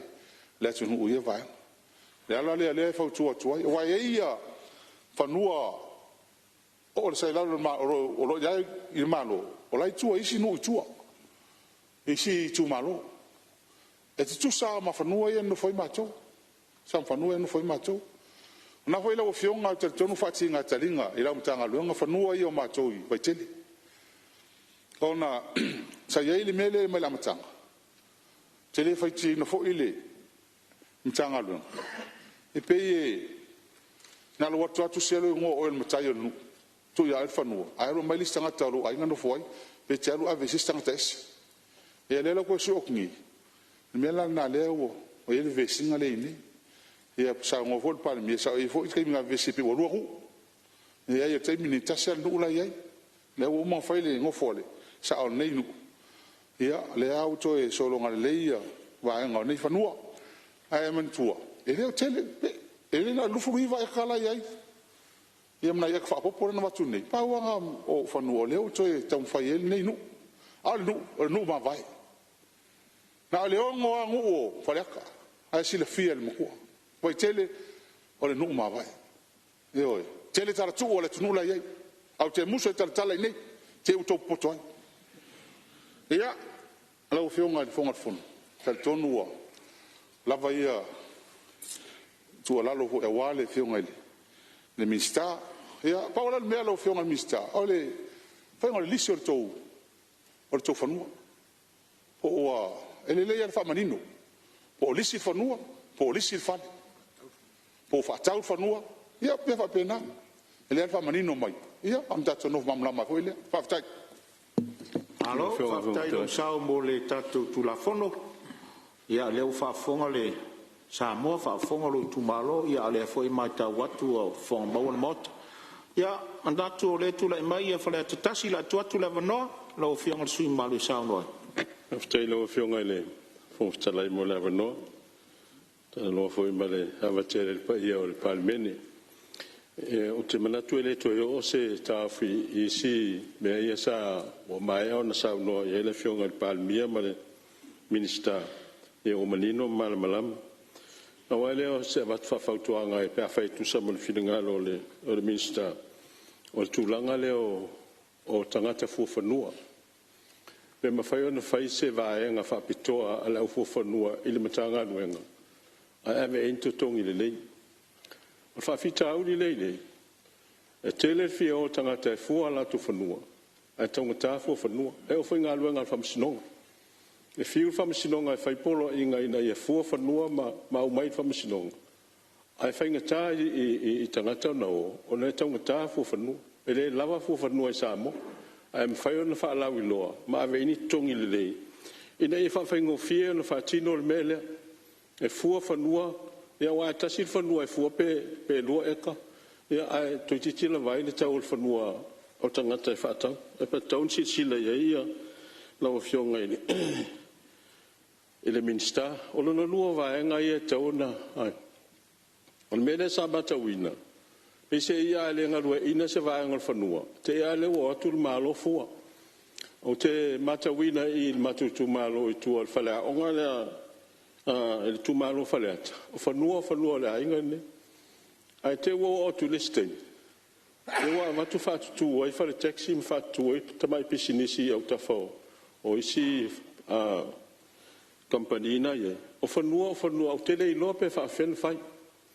tele lope fa fen na fa pe o fanua le malo a ele o fale ata mai ele la ele pe asili sila ne ye tulanga na ina ye mfai ona matawina ele ala o matu no fo matu tele lo o le al va ngol tu la fono na la yona ona ese mai fanua ma le stala ina lo malo a fanua fa le nganu o te lo foi o lo fionga le minister ele ngata ia matou au te lo foi fa pena sa vai wa ele posedi lo fionga I ele ia yolongongo o ele o fangoli mo fa manato fa pena wa sa ele se tos o le ala wale to ye te bine ko to fo ia tula I il fangoli ia fa no mai ele na wa le tamata wina I fo ia na I so tanga ina ale mata wina a fa le fina ngalo malo to fa fo e se tau fo ila sila I va nga ele na yolongongo le sa fa ngal malo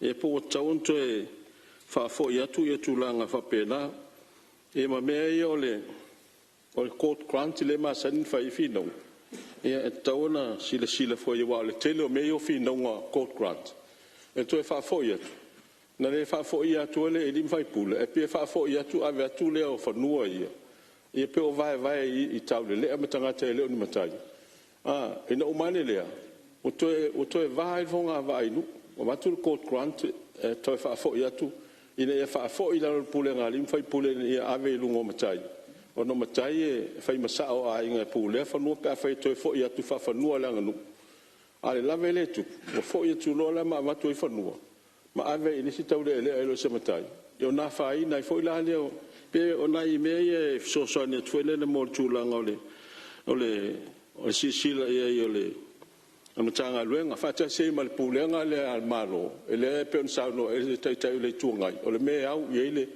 le tai fanua na malo fa pena foi lá ipuna vai e fia malama po le ale te leo me malo si angol malo i me ia puna vai po le ale le te leo le me oile wa puna vai ai pe wo fa nga ato el malo o matule ele na puna vai o fa nga ele me o pisirino te le po le ale te leo le me si o manga le vai ma le me nga tai pule el malo ai le fa pe la ave puna vai ma me fa nga to ilo ma la vanona e fa nga to ele o ise vai na no fa mana to pena o nisi me pe on sa no ele o fe ngol mista o moli atu fa tele aftai u to fa tu la me nim tanga lenga la ve ai fo ile ta wo me sina ta to tunu ma lo fa lo lava ma lo fa aftai lo fio ma su mai fa la tasi tu sa nga le mai ta watu le tu le mai sa nga tasi si tu mo mo le no ya sa nga tasi tu le mai sa no ya aftai tele lo fio nga fon talai mo sa no ai fa pena vo no fa so e tu sai ma le tu la fon to fa off le fio nga le minsta ia o pena mota ang longo vo mal so nei ta yao la fo inga ia i manatu ta u taluai ia le nganga o tatu ele o se me pitu silio na tau ia i so tatu o tunu le foi o ia fela fo inga ma ia ma saunoanga ia ma tala i tua ia le tele foi o fai unga fai ia ale tatu malo mai lava iluna amatanga ia a fia o tatu ele mai taula mal to a foi la o fionga le fong vetalai le nei tai au ia faftai a tai le fionga le minsta ia mo le tuina mai o le tu la fonte faus e tu fata si o mai ele o si tatu o tunu sa fa pena ia ona iai mata vai sa fa pena ona la to puleina ele la o fa pena ona mai le tu la fono le nei tai ina ia tu fata si ai lalo se mtanga lo ngatasi ai manatu foi le usunga fono nei ele foi le nei mel tatu o tunu ole tu fatasi matanga venga po di fala po ton o man fa ai poipo ia to fatite e tai pe ole ufisa wa onga ole mesk yang no ia matalonga ia le vo tete ia ole vai ngala tele ia milete e pe vol falma e temin tu fatasi ai ia la vo un monte fatite e le vola o mele nei tu la fon ia pe folinga fa pena le o uma na tete a le o te fai poi ia o me tilo ei ia le fa nga malo le temi malete ia mol man wi lo telio o se tato o tunu ai o tu lai male avatili ona tasile nei mata upo te falongo so pe talo fai ole o toe fio mai se uso o sula manai ile ai se fono tanga o se tala fa tau tupe ile la u ngai sula se tulo ta o swaf ile nei me ole le ai se ta u atele le suya fai pu ia sona itu malo le uti ele fa pena no pia le ala ua le o toi no fuia no fo tavita ia ele ngalo ia cha le foi no falongo ele tai ne la mai foi ma sa no era fionga le lipani ia ma fai mfata ita inga ia le afionga vai lele ma le afionga le tong ia ma lauli o lo ta oto ai tua ia ele o si tatu atunu o lo fa pena na fa puino ele le malo pita yanela yo fa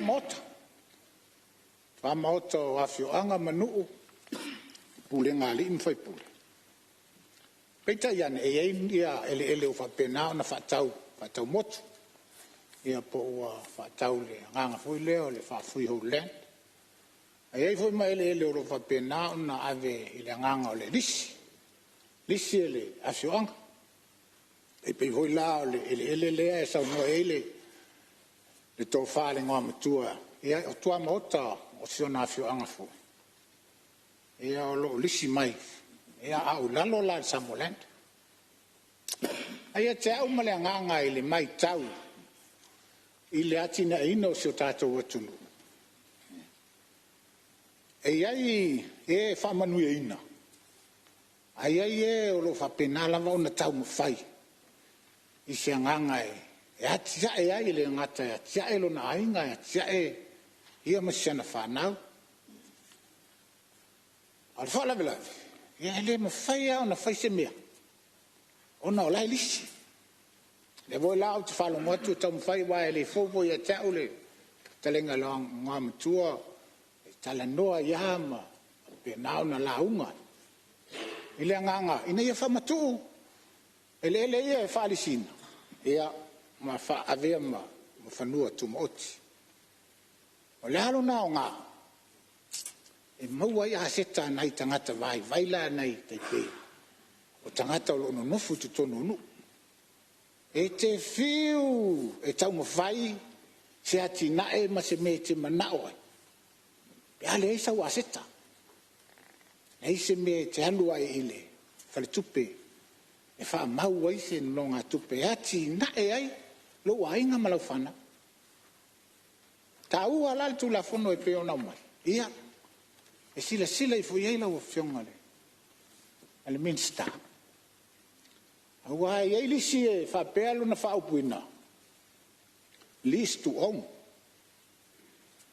ea ole lisi e fa ia la fa to wala no ta wa ia le tu la nga wai fe lolo nu ya fi ai a te falta wala la fiongale li minsta male nai tu fa nga malo sei sila i fu ia ama fai ona fa matu le wala le list to on e ona mua le aseta asito ina masana fana e ma fai ona ati ai mati na ai lo nai awale mai tau le tato tupu al tato langa tono tato tunu na o e ai mua mea na o e ai o lato fanua o mia saloto e tato te vai ai o lo ati nae male lei ia soifuanga o lo lai e tau tu lo tu ia fio anga manu o lo ia le lau tele o si tatu atu talo fai ale fainga luenga lo watali le malo pe yese nga luenga lo watali e umale o langa nei na pau ale na le sele ni te mowen le tutongi o lo watali le fainga luenga le official malo se upu se ati na o se mea e matwale me faia aisa ele aisa o aseta le ala e tau mo fai me ele na fionga le ngoa matua sila ne ele o fionga le minsta ele o tala fionga o le mato tu malo la wa no pia ia ita fa ngata o e sa fa pena na no foi ele sai ne ele taulanga ia pia o le ale faingo ne ele le ale sila tatu malo i kuata e kala no foi e au noa ma se me ma fai ona e atina ina e ale ma fai ona na fa o me sa loto lo fano alisi e male o langa le nei o e no foi ai la kuata etalna e au noa ma se atina ina ona ele ma fai ona e atina le isa wasita atina o la mai tau le matou foi tu malo ma le anga o le tele o tangata o lo fa pena na uma e o lo no furisi talo fai e umale o langa nei na alto tongi o le lisi se upu ma fai ona fai e sa watina e ma tuale ai le ai me le fa fitai tu la fono le o tu mai le o tu fa tsi ai e ma tilo e se awala e ma fai e ona sosoani ina yo tatou tangata e malangang fa lo fionga whangwhetalai, aftai. Malo whaftai, lo sao sa ngā tase tu sa I whore tu la whon tau whaofi, ia o whaari e lo whinangalo. Ma tau ato lo tau tu lai mai sui o ale patai tu pai lalo, e tu lai mai sao no tu sa tu la whon tau whaofi. Whaftai la o whionga whangwhetalai. Ia whatalo whatu nai tū, a tanga toile, tai tai o tātou malo ma sui te tai. Ia fiole, ka pineta, le hoi tanga toile, fio atole, tai tai o le tua ngai ma sui te tai. Ia le e atole, whionga I sa whapito. Ia, ma taftafane lo malu atu nei tu o lea e maile, whionga ta maainga, ta awha. Lau whionga whangwhetalai. O le tūlanga lea I le tātou ele ia pe ona. E mua se whamtalanga I whainga whaavai, o la se whainga whaavai o tūlanga o tātou whanua nei telo, whanua nei sa I le estate tausi.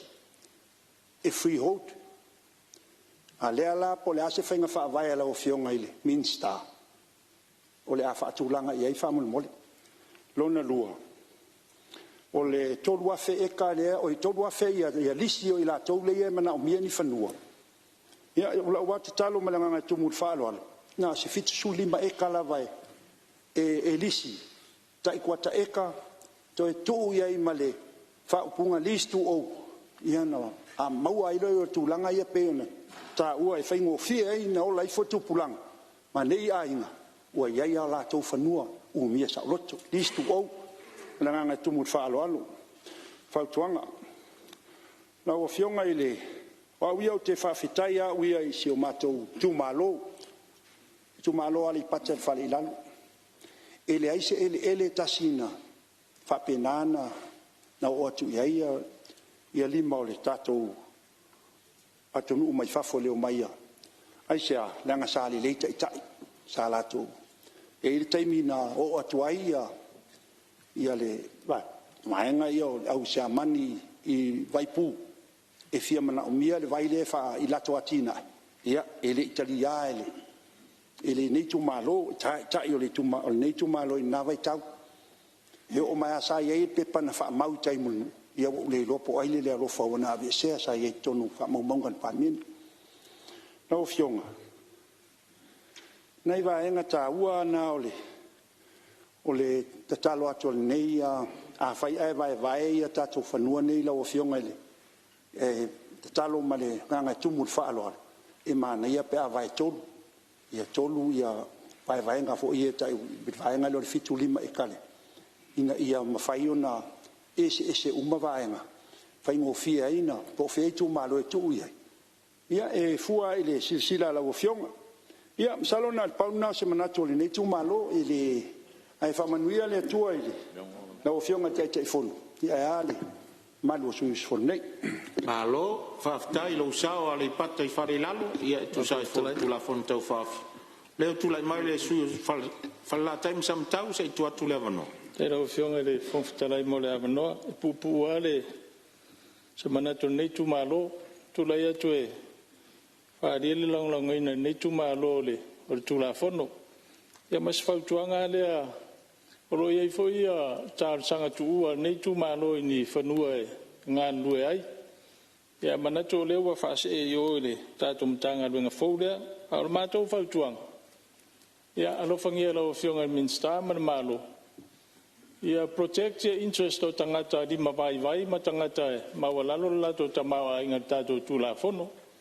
Leo whanonglongo atu le niso motunga afa. Ia awane nei iwa newa wa tiri milionea istangata. Ai atire ana matitiva na tangata lai mo mia sawa ni fanua. Wa le tau mai tau turestem. E watol malo fanua ile nganga e tau atia e ia inga lima vai. Ia no foi istangata ma toi fa tau fanua.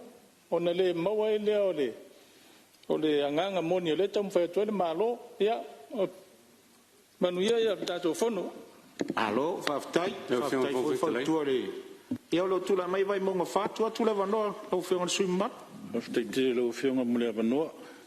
Ia pupu foini se manato nei tu malo ono le tau al tula fono tau whaofi. Ia whaftai te lau whionga Minster o lewa tani manino nisi o talusanga nei tu malo pion whale o ina le tātou tala autu al tupe.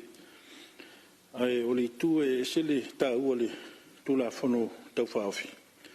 O le o mawhai o na wha maape i nai ia matongi ina ia ai tālafu le state tausi.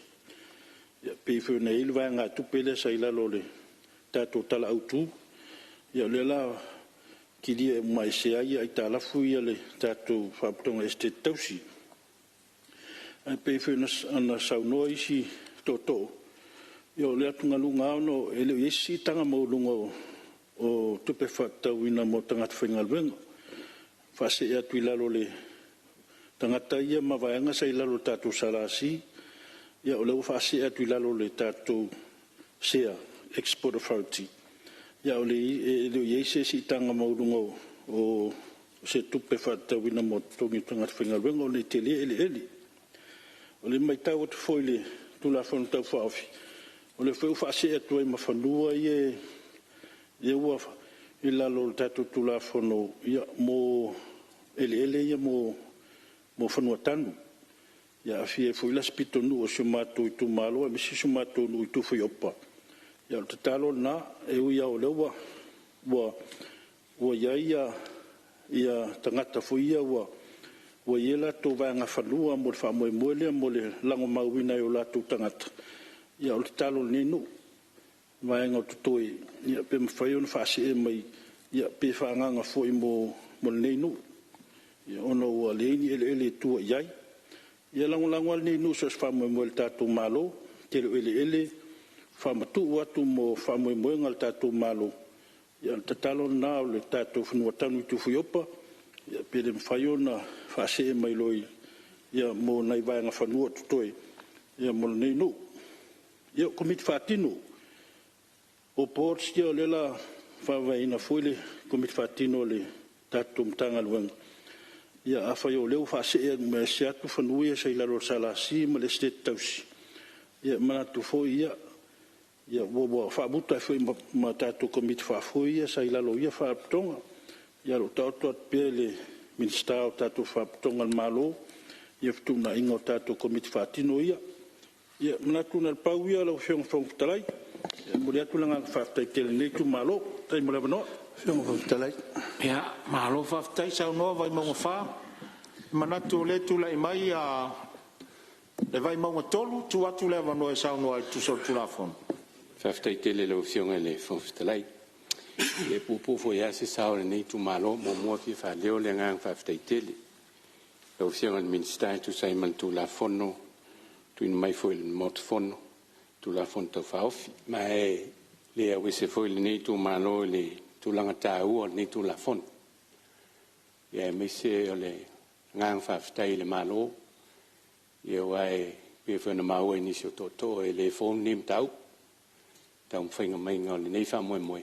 Ia e whaftai o leo wa tinto nu fwoi mau mai ni tu la fon tau whaofi pan mene. E whamauina le ngang whaftai le ni tu malo e mese lango le ni tu malo le ni tu la fono. O le tu e fia ave il fa mafa le nei tu malolo o fionga le fon fitalai. O le tu langa le ai fenga fa vai i le una ia o le fa nga ina o ele mo tātou atina e mesi o le puipuinga o tātou whanua. Le tu langa i le vai e le nei tu malo ia o le asita pito i si le aneon tāua. E ne o tātou ele fa le anganu ele o mesa o lotu. Ia po ele foi ele malo. Ta ua tele ia tātou ele mole antina o tātou atunu.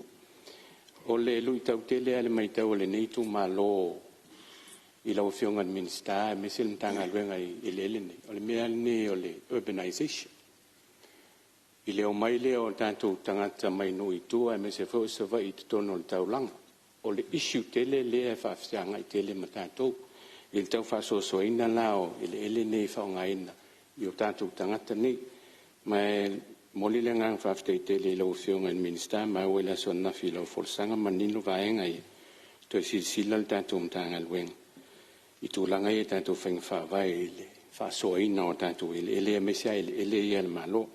Si se foi lau whionga le minsta e whaisi tele o ele nei tu malo lo whaonga mene mesia runga i te avi a fia malu ma malo lo le ia e Te le whatutuanga le ni tu malo. E mese al tūlanga foi le whaonga ina o ne ele. O loi tutono le tu malo mone antina ina o le tantu utunu. O le stūlanga lau fiongan minsta, si lan melea. Ele initiative sa fai ele malo ele melea, whatau ngofi ina. Sa whaawala tu salasi, sa ta ue nisi o toto. Ele melea le whatau ina antu o tātou whanua nei, nei o tātou tangata i se tautau ngofi. Ale melan tūla. O tūlanga voi le o mai le au mau mea toi whatau whanua nei nisi. Se sila toto ai le melea le pui ngā o tātou whanua. Ele ngatala le tātou nau ia tof sia si o tātou atunu i whanua. Ale pui foi lai. Tawana ele a mo le malo. E pui mai o tātou whanua mai le melea. Le stūlanga tā wala o fiong. Si tu sila in terms of reference to land board. Ia mai o le lei ia matafa ioi. A luenga land board le. Mese foi la le authority. Ro iai i tātou land board le. Le stūlanga tā ua langa te whatau te le sa tā ua se tasi o toto. Si tu sila le afianga lau whinga luenga tu whatasia o paraputonga nei. Mese ia langa ia e naua e pui pea. E mese le amna ia pea o tanga ia tātou tanga te whinga luenga. Nei oni mon me vele o lusi ese o tātou tanga te whinga luenga. Mese whamanianga mane o tātou tangata. Te le stūlanga tā ua lau whionga whomfita lau te lang in tele tu langa lea. Si tu sila lau whionga minsta. I le mele o le tātou valuers, po surveyors. Ia, o manino al mele o tauntai o service le temi ni, ia, e maamlama ho, mele o le outsource i tua e tu le business. A e te tau au na iei PSF sosoani al tātou malo, te wala mainitanga lue. Ia mo ne tātou tangata, e le tusa umatama o aingo tātou o tunu. Al pau ia nei vaenga lau o fionga lo fonfitalai sa o fita o tala i langolango ina male. Ang whalo al tele. Tu la fonoración mi stava ftai mo no. Alo, va ftai lo sao, vai mo tonu tu sole. Ia la se tu mo mole va no ile ia fa sale le anga numero 2. O fa sale anga numero 2. Ia. Ma lo fa ftai mo le no ile o fionga on stalai o fo lo fam fata lo fat fo. Pita io le va ia tu te mo ngalwen. Ia o le o tu la taile. Temi manava a tono la le faina le o fionga e popo a fo isi manatu ia ono le tau o le nei tu la fono ta faofi ia manatu foi ia a wifi tasi le nei tu malo ia ile tu la fono ta faofi wa fai ona tato tale no ina le nei vai ngale aso lango ina manatu ia ele o winga lava i o paiainga ia e taimi e tu ese ai e foi taimi e tu fatasi ai ona o le natura ia ma soifua o le anga i luma e le aise atunu e to fo i tua o le vai ma foi la le whinga malo o tu la mai nei ia o se manuia la tele ai paua le o le o si me fa va vetuai se manatu ona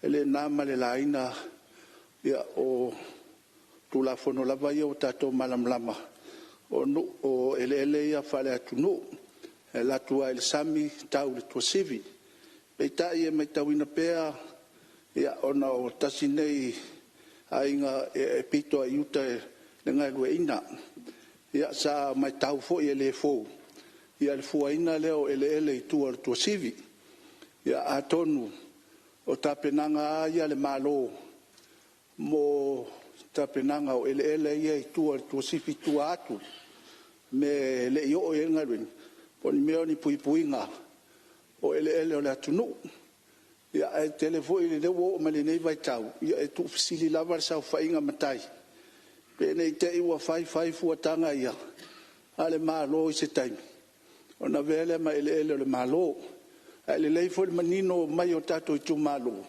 o ele tasi a pe foi na leina foi tu ai farsela ia tele a foi na vai ai a fenga venga malo ia e fu atu atu ia o le mele na lewa tu la e tu ai ia ele lei fa manino a fai o tape nanga malo ia pui ele le malo pa fitai a le pulenga ia le lava i lima o le ima fai pule o le mele na ia e o termine tu sisili le fo o mai lo nei taimi ia fa pena le al manino lo fionga al minsta ia mo le nei taimi a fa ia o pokalame ai al malo fuai ele ingaluenga ia le ai lalo pule ngali fai pule ia ole taua le na ale taua fo le to tu fat singa fai ngo fie fai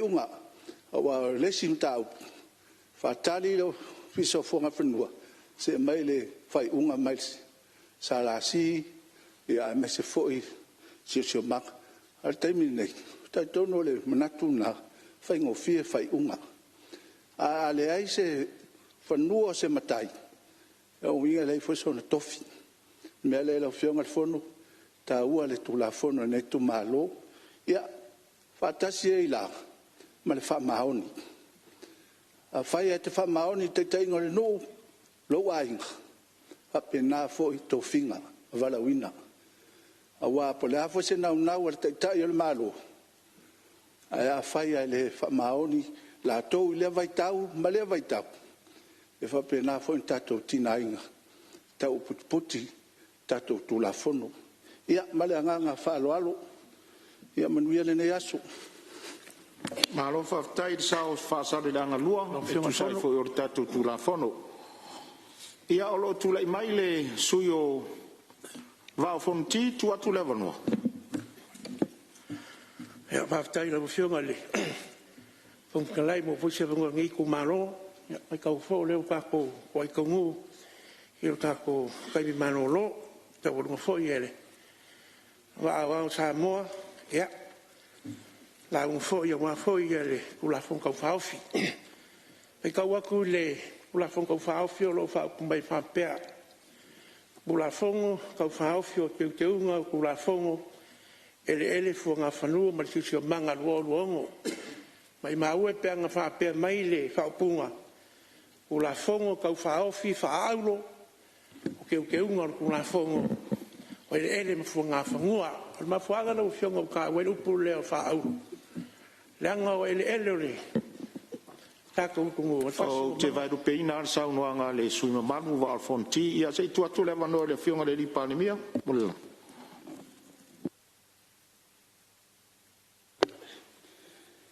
la fionga le fonftelai ia wa mai tau lava ma le toa e fatara no ino le tato tu la fono ia o sai tia la lo tau manu te vai langa le tato fontanga la solo nei mal tu la sumre lua ai onor ta uor nei tu la fono ia e va tu e pese tu lalo la fiong al fonstela im mota ia o lo mai ta watu lo to tele su ye fi sa no no ta uor tu la fono fa tu ina de la fo e fa tati ese tu la fon tu moto su lo pu putasi ai ta tala la va no fa so aperta to motel tu la fono nei se ia pasiero na fa ta ngalon tot usia u so ni tu le fa fengo fiele pe tongolon lua le ngang fa lua le fionga le minsta ta longa fa pe fo le minsta o fam snonga fsili po la fa mauni la fo e sa finga le sa no mari yoi au esele ai ia wa man malo yoi ia ola tata wanga e tu so le la fo fa tu mana tu fo le to teris time tu atu le vano lo fionga fa mon me fi malam la mai le la fo le fionga de di pan mia ole ol fa solonga la tata ngaduenga ole la tata tu langa fa natinati pe le tata o fa solo il faita un fa lua fa mon ia ole tatianga tu la fono na ole tata te mi fa ngaduenga ole wa pasia le lafo a le tulafono e ave il comiti e il tulafono tu sai o ai inga o le vaenga le na o fa poponga o tatu te mi fa inga luenga le fa ma ni laf tu atu le vanor su o va fonti o lo sa no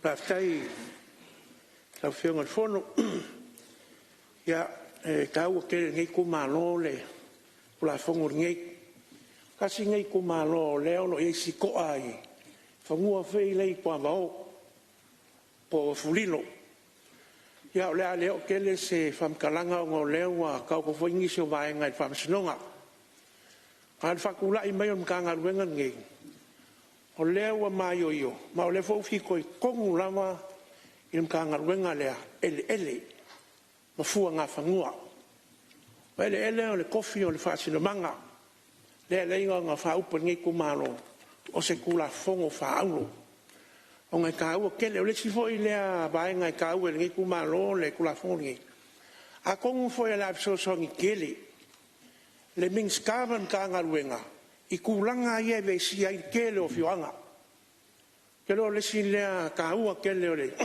fakulaʻi mai o le makagaluega lea e fesoasoagi ai e galulue fakasi ma le ofisa o faamasinoga oga e kalu ai ua faisi asoa ma ua loa foʻi o ga feagai sio makou kumālō fagaloa ma le kulaga o loʻi ai auga o loʻi foʻi gisi o fekeʻegaiga ia magisi foʻi o fioaga e pei o ga soʻosoʻo kulukulu i le faikū lea o le foʻi ua magiga o gisi o sauaga sui e kulaga foʻi lea ua akoa le salau kausaga o faikau le 20 kausaga o galulue ai lakou ia ma lo kakou lava magaku o lakou lava eaga ia fogua ia peika ia e ese mamao ma famaumauga pe le moli le faafekeikele kakou malo e mese foʻi lau feoga i le mingiska loga kāua kele o le pumogi ai ke lē foʻi le sao o lau komukagaluega ae mese le kele o le koʻa le koʻa i gei ma vesi ai le kele o fioaga o le kakou kugugakoa lua lau fioga le ua sausaugoa gisi o koʻokoʻo mese a ia fagua kukaulaga e faasalalau loa se fagua o ai lava se aiga o magaʻo e faakau i kokogo loloko i fale lava ia o le kaulaga o lau akalo i lau fioga le mingiska faakau loa o le mea le siliga popole ai le kumālō gei ma le gei usugafoni i le feko ua kelekele le kaka mai fafo ia mai ma kele le kupe o le kuga lea e popole kele le kumālō gei ae o le faakau e le kakou mālō kakou aseka kumau kakou aseka ia e mese lava le kalafaakai o le tulaga me lea lou feoga i le mingiska e mese foʻi lau makagaluega fou ia o le makou kualalo le gā se koe silasila kokoʻa ai foaʻuaʻua ma kafai ase o polega i le kulaga leiai le agaʻi mai lea o kaka mai fafo e le faapeosi ku foʻi lea e faakauvaiga foʻi le agaʻi mai ua e la foʻi o menakou ie galulue moe foʻi galuega le kugu'u foʻi alo ma fagau a le kāua o le mea lea o fagua ia kukaulaga i lelei auga faakau o le kakou mālō pe o le gagalega o lē makuai se kualalo o le gai kumālō ia o gai fau lau makagaluega ia lou oke avaiaku fekau i lelei ia ma lou malosi kau i lei lava ma lou malosi ia o e foi sakakai loko kele ia e mese a ia megi o kaufagua ia ma eleele ia pauleo se ua lalo gei kumālō ia e faafekeikele ia lagolagoiga foʻi le faamoemoe e pe o gai ai le kakou kulafogo kaufaofi gai aso ia le folu malo faafetai lou sao le vaofoniti ia o faafofoga lou tumālō ia e maise foi o lou sao tāua tusa o le tatou tulafono taufaofi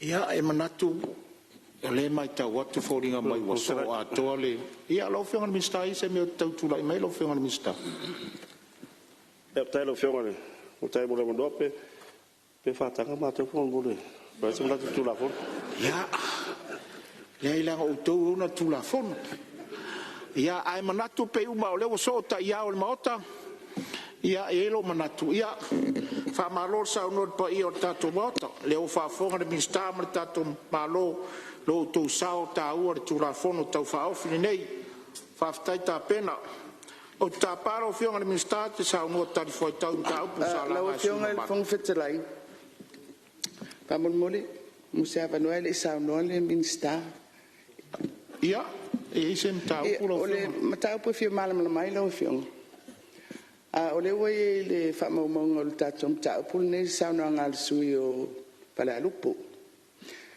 le olo ia o mai ai ia le tato tu la fon tu mau e tu sale mal fa nga solongo tu la fono ia mai ai nga lo iai ona la ua ia i tonu o tātou whamaumaunga o le whono le ni. Ia pe fōlinga mai i le pēa au saolau whaitau i le au mai o le mata upo le sui o whale alupo. A tātou whaau au. Ia wono tātou whaau au whasoltu la whono. O le mela leo te talo atua i malwhaalo alo i laua fionga. Pe e eisau so finangalo e tu sai malea mau. O na lewa i tonu o tātou records. Ia le mau lena mai e le sui o whale alupo. Ia se ia tu lewa nor te tai o le malo? Ia le fo isa mai tau le finangalo le sui. Tua ia manga o tātou teranonga tu la whono e te tala lewa noa. Whaari hoi finangalo po fe whaari finangalo sui te tasi e tu sole ala tu la whono. A lewa ta pena le Minister Italia no tau whaivole so soani atu. A le whautuanga le na mai loe sili e tu salmta upu le na ngai sui maru. I re wa whaina tu la whono. A lo tu ava noa pe tu langa ono le mtanga luenga o le tau fitu na i le va o le ngā luenga o whanua i matisio manga. I re la se si whaalongo i malo e whaalongo loe sili. O tuanga le na mai loe sili e le isa whaina.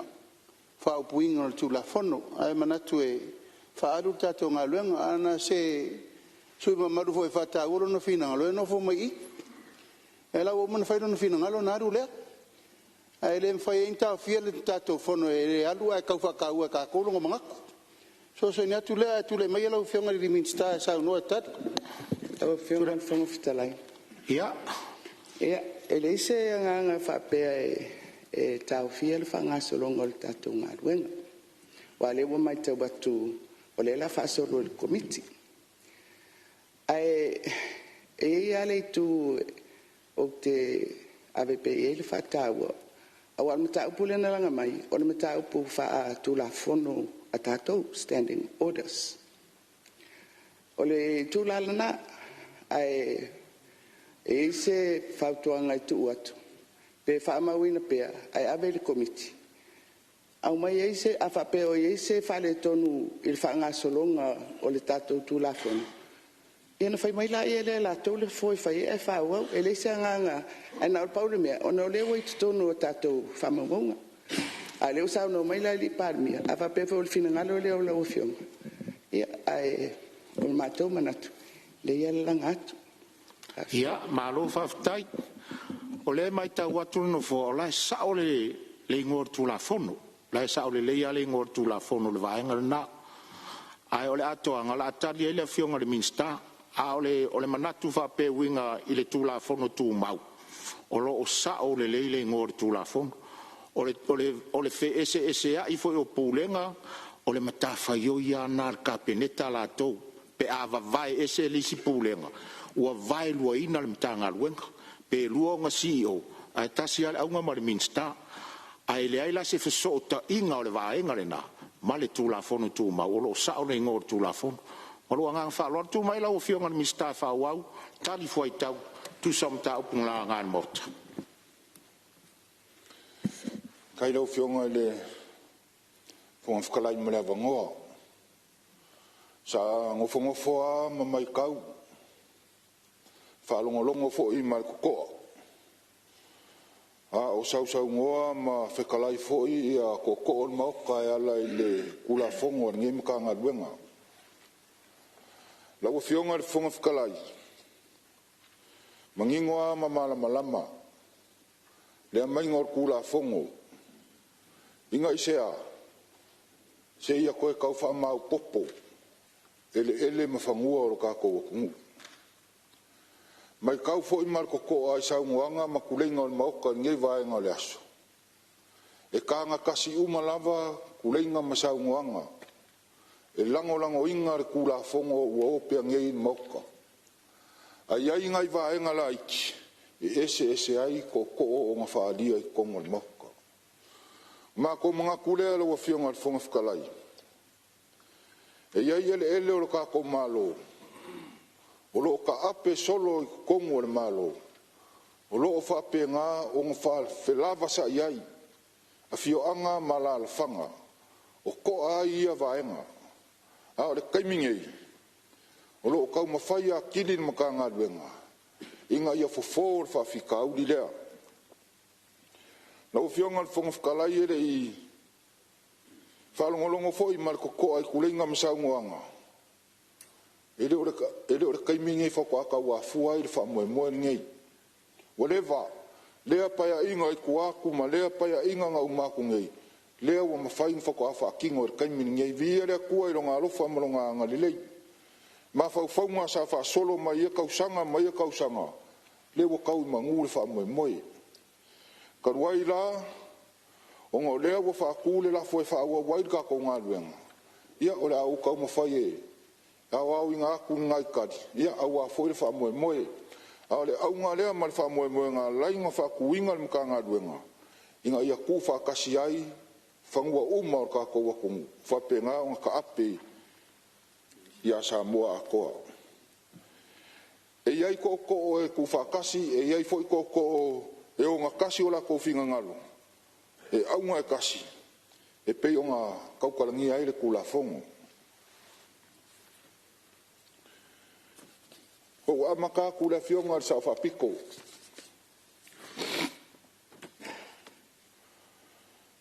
No fionga le sa o ngā whapiko. O ngisi o kiuke kau ave mai maka ngā ruenga. Fou e au fia ai. Ko miki whakingo ele, wa ainga mpūlenga leo whangua umam, lalo maka ngā ruenga fou e au fia ai, whangua sai le stek, ma le Samoa Land.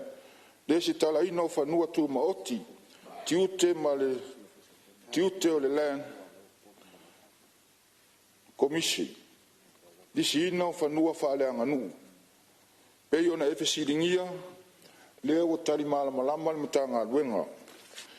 O mai le tua whawhine po le sui o whale arupo ia nanga leo le ngofo mai i. Le ngā whasiringia le kulafonga ku SSI, ia le makanga ruenga o le sisio manga ma le olo o ngā kasi lava. Le au mai ngā kulafonga o le vaenga lea. O mai le sui o ngā maa, le fionga le rifai pule, ia le nga e la ngā vaenga leo whangua kangu i sami. Le vaenga lea la o fionga le rifai pule. E waku lava i uka makanga ruenga o ngā kāpā leo se fuafuanga i le emena i ma le puma. Isa la kou foi ku alalo i kusai ma le vaenga lea. Le si kala inga o pisingisi i whangua o ka ngaka Samoa. Ia, sa o le leila o fionga. Olo o ala o fai pisingisi mai fafo.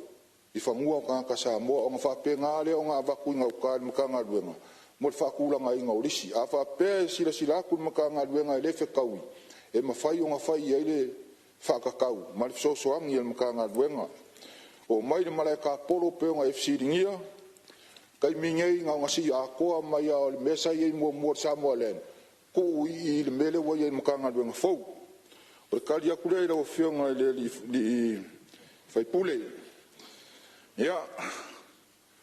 O le kele o suinga i le saungoanga wa fo i kula fongo. Pea nga whaiaku sa mako kala.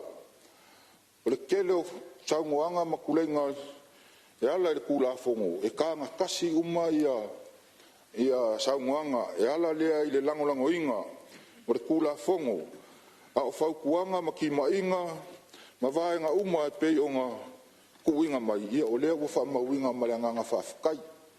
Poupou wai fo i makanga ruenga. Ia a wale anga i iluma.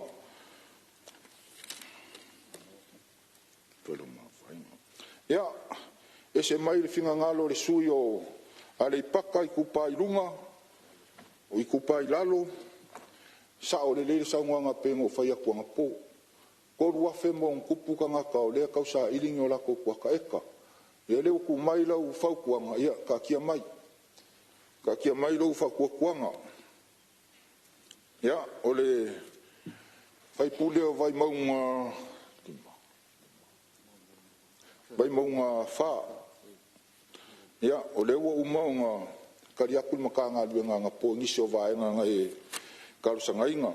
ia le foi ko ka sanga mai ia ka ko mai lo fa moi le fa fonga moka o le fekalai ngai le sui malu o fale akalua ia o le ngai fa le o inga o le o umong ku aku le ofisili ka sanga ia ma ko mangaku ia o le foi o umong e saungo ia o kama fanga o le ngu ia se sila ia maka nga duenga ai me sido le o umong fa pepa le kusikar sanga ia awa foi fa moi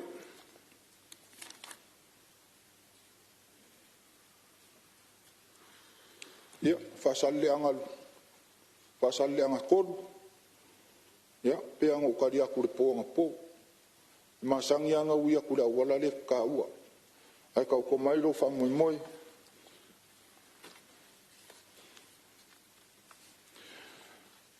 olo oilo maka nga duenga I fainga fa vai National Land Port Policy munition na vai nga o fia ai le feutanga inga tau fanua na ia fa tulanga ile anga tonu ma le fuafua ina o tau fanua tau le tula fono o tuina mai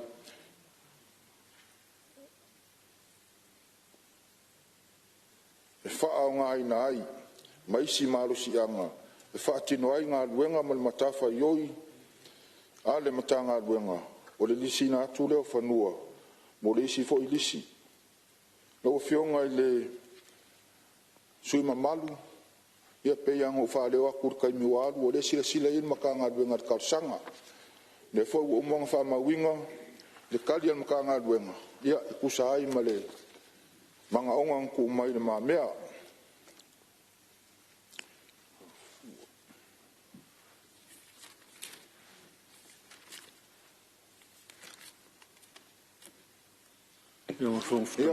o mai le fionga le li fai pule ia se on sa me lo fo instalo il fa ula ve vai mo fa tu le me sa no ia faftai mara no lo fiong le mo moli la nga faftai tele fiong al minsta lo wa tali manino fo e tu so va nga ia sa o ia sital sangal nei tu malo e pe fa pito nga fa se tal sangal o fiong ali fo no tanu le tu fu opa no le ufa se e mai la tula fono puna o msi sio mangai la tanga luenga lo fiong au le atunga lunga la yai o vanga fanua wa levanta tia a pio sa ilta sanga fo nisio ne fio a wa fama wina is wa fa u le mai lopo to ni sa mona tangata po levantu ulta to tunu alo fa maula to so fa i vanga ele i fonua tanu le to foi opa ia wole mfailani se tal sanga nei nui e tua ia nei no mo vai atual mot mo e foi val au ia tua an tal sanga pe mfaiona to saidi po ine ia sa moni tangat ia pe mfaina fa matu mo ia vai ngale ele ia mo so mato no mal falolo alo fa ia olo tu lai mai le tai malo tu le so sonia tu le fionga le minsta le o na masela ina le tau o fina ngalo uma lava le wa mai sui tau uma mai ese fo I tal sanga taitasi pawal mele fata wal malo sei fata fa pasi mo tu la fan e na tato mai lo la ya vela no el tangalo e to la liu e le la titiri ngalo aisa o le fto atu fatasi ele fia ele le malo le tap la alfa tu langano ele tu mochi la alfa tu langano ele fa le nganu o amana onga ai tu malo e mela le sa no ia lima o poloka fo ia o fa tau tono fanuatan a poloka nei le vai tau tonu ale no mai tanga mai fa fo tsara ni Britania bon chamani bon gipsit mo mai le fa ka poloka I kau ko fo ia inga fa ko polo ka wale fainga ka ngoi silang le skala ila lo le mena I ka ngaia au lau tu lalo lau fionga fong tala il tato mota tato madli e alu la so le nei au mai va tu ele mo se tasi pa wale un tu la fono ia pasi avela il comiti solo pure il comiti va pale mene maletunu fo I mai tonu ia na tu ro la il ministai e ilo umai le se fina ngalo e oti tua o la ule tu lalo langa o le utu fa popo tatu te ia mai te watu era uno toso ai le umi mal fere fere on tau o sepso so ne tu le Malo fa tai tu tu le vano lo fionga minsta. Tai mo le vano. Ko o ko sa fa makalanga i le suyo vai maunga le angkula mai. O lo ye kar sanga ar ko maloro ka ki ar kai minge i lunga len port. Ma lo fai fo ye le longa. Kan mangingo le la fionga. Mga kule ua kali la fionga le di pale mia le o kikeli. O nge ya so mal fa moi moi. Onga e kar ko ngunga ko fo il kula fonga ko miki ko mo fo isi avango pale mengi. Awale lu manga ya lu ke kirkira ko le asila sila male suyo fale ka ko lu pole asa ukala va kuyanga i. Le wo pe pa kali ile finga ngalo la fionga. A se i foi mai kula fonga ko miki o ngakali le o finga ngalo la fionga. Pa la fionga fonga fkalai. Ya o fonga ngakale i o sama ko fam kalanga. Se kai mi o luma ia ko o le sama ko fa mkalanga wale fo yo le a fa alu kula fongo ko miki ia fa pengale ko o mai ko ngel pa le mengi mangu ya kele nge ya so mo fo fo nga ko ile o fionga fongo fkalai kai yo malo ia ki nga nge fo ko yu kai yo moka ma nga ia fa kuanga ole pe yo nga sa ngo ia fa ide makai kai ya la ko fi nge vai ka ia ole amanga ku pe sa ngo nga la fionga mo walu malos la kingo mal mafo fo ia wa fo ile pale pale ai o mo ko fongo sa mo ia ke ngange fo ile ku el malu le fongo sa nga fa piko ma wa lo malos ka ko mo se weekend file mu ka ko fe lo ai sa so i luma so i fu mo ia monguia fa malo sa no lo fionga le minsta te tonu manino mta pusala nga e sui malu fa tau tu la fono tau fa ofi Siri pora fai tauina nei tu la fono tau fa ofi o teu ngol tu la fono ele fuanga fanua mal sio manga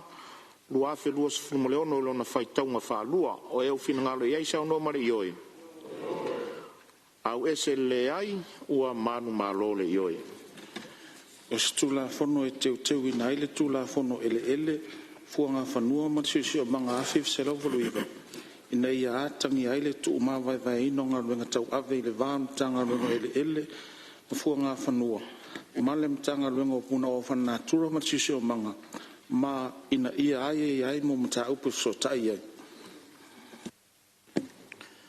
tu sai tu la fon tu mau o la tu ina tu la fon tau fa ofio teu ngor tu la fon ele fu nga fanua ma sisio manga lua fe luas frumoleuno ile komiti o le vaenga tau tamau ainga mo le ina ma toe li poti mai le fono au i se fono tanga o lumana. O lea ua tātou taunu mai tātou te manava. O manatu o le a whaamuta i fo il tātou ngā luenga le nei aso. E mai se o whai unga o ngā luenga mo le nei masino iuni. Tusa maripor kalame o aso fono ale palmene. E mo mori atu le whamalo ma le whawhtail pa ia o le palmene o na lo utou ono sai ma le lava papale i le tau mawhainga o le tātou ngā luenga. Pe lava on tau mwhai atu se whamtalanga le poan po i lo utou ono sai mo lo utou whaapare pare. Le alava ua whaiwina ma le manuia tiu te mawhaiwa sa utou ngā pati ai. Fo i lare vi inga i le tua i lo utou soifua ngā lului. Tau taiae ma lo fai o faiva, ma lo le usfono. E le fai titia fo i le anganga whaftai i sui o mtanga ruenga, whalapo tonga tu maoti al ma lo, la la tau fo i lango sua, a o alo faiva le palemene i lana fono tanga. Whamanuia le atua i o utou tiute wa vala winai i lo utou soifua. E mole at fo i whaftai sa moa i lau tapo inga, mai maunga tutele se ia pa ia, e whana witi. Wa e manuia whaiva o lau pale mene, o na o la utou tatalo ma la utou tapo inga le oa. Wha manuia le atua i whaiva o tutoe, le ne yaso. Ai mai se o le whai unga le vai yaso, ma le anga i atu lona sa pati pa ia. Fia mo mori fo il whaftai au nanga i se o ta o lo tautuaina fontanga le tatou pale mene, yaso uma. Lau fionga le komsina, pa malu o le malo. Lau fionga le komsina ma le pulenga au nanga tau tine imu mfalavalave fafose, le fesa. Lau fionga il ofisa silo pulenga ma le au whenga luenga al malo sianga fa el tise. Lawa fionga lo fisisili o pulenga ma lau whainga ruenga a le leitio le lua api 2AP. Lawa fionga le pulisili ma lau whainga ruenga al cool line. Whaftai tele mo au nanga. Whamanuia le tua i lo outou vala wina. Le pai ai o panemene talo sia ia le alofa le tua lo tatou tolo po ai mo au kuso. Le a ngā lulu e foi a tatou komiti ngā ruenga ua whaase e atu iai. Ia sa ngā iane ai o le tai alofangia le tua lo outou wafio atu. Whaaloloa pea o na awalofa ina ia manutia lo outou soifua.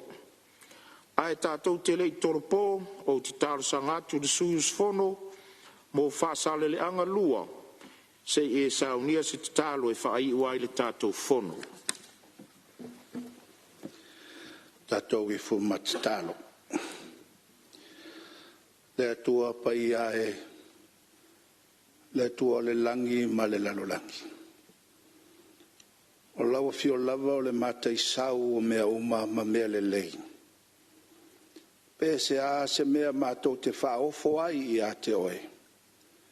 Mātou mo le mawina lo alofa wha maoni. O tau no o lau pāle mene i ti ui matau no unga o ngā luenga. Ne nei lua vai aso, moli le anganga le whaftai ma le whamaro i lau o fio. Le o le pule. Whaftai le tamau ainga o mafo whaunga. Whaftai lo nganga pai e taito lua ina o le mato vai ma lo mato whatawa. Wa e manuia ai whaiwa o le pāle mene le nei aso. Vi ia masanga vi ia pea la o fio. Le whamaoni o lo alofa. Mato te ioe ia i le file o le lalo langi. Tau whasise ma whaaleanga fe lafo inga. A le malosi o lo nganga pai e to ia ai le nei pāle mene. O mato whai ai, lo mato whamoe tusa ai ma lo mato walawinga. Ia sanga vi ia pea la o fio. Whaaftai le tapo inga Samoa. Mai lava i le ao le malo le matiofu. Mai se fo i sui o le fono suito fio o Samoa. Ma o lato whare tua ma le tapo inga. Ai a le au whainga luenga tutofi. So se ka le sia ke usiano uma. Whanono manu watu i atoe ma tapua i a wa whaivo le parimene. Ma tō whaaftai lo alofa. Ia sanga vi ia pea oe e o le whaabavau. Sili la mātou whaaftai tama. I le taulanga e tasi ai awhe. Maua ilo mātou noa ilo mālo e whaabavau. Pea tusa ma lo mātou ola whātua tua e ala lava ia Iesu Keriso lo mātou ali ilo mātou whaola. Mātou tatalo. Ole a mātou taliu yo mātou ainga. Mātou te iloa lo mātou whatawa. Se e lofa mapui le taliu atu. Whelo ai fia mainga mai tu malo Samoa o whatari mai. Tai ala lau a fio whaton folau lo mātou taliu atu yo mātou ainga. Mātou tatalo ia e whamanuia mai ia i mātou. Whamanuia le tapua inga Samoa. Ai mai se maunga tele se iau o ia mātou whanau. La se mea o mātou whaia wale atoa e ai lo vi inga i lau fio. Wha pale mai a lo alofa. Toto Iesu e te whamangalo i nai i mātou unga. Ina wale atoa o vi inga i sa mātou ngā luenga. Whamangalo Samoa, whamangalo le parimene. I lo alofa wha pale malo anofa tunoa. Mātou tatalo e ala atu ia Iesu Keriso lo mātou li lo mātou whaola. Nei e o le whabavau. Amen. Alo, whaftai sui mo le tarasanga moria, whamanuia le tua i lau fionga. O te whasisila atu a toro poneta o manga le fono au, whai tula fono, se ia ulia le aso lua, aso se furu ma le valu au kuso lua afe lua se furu ma le ono, i le tula iwa tolu se furu i le tai au.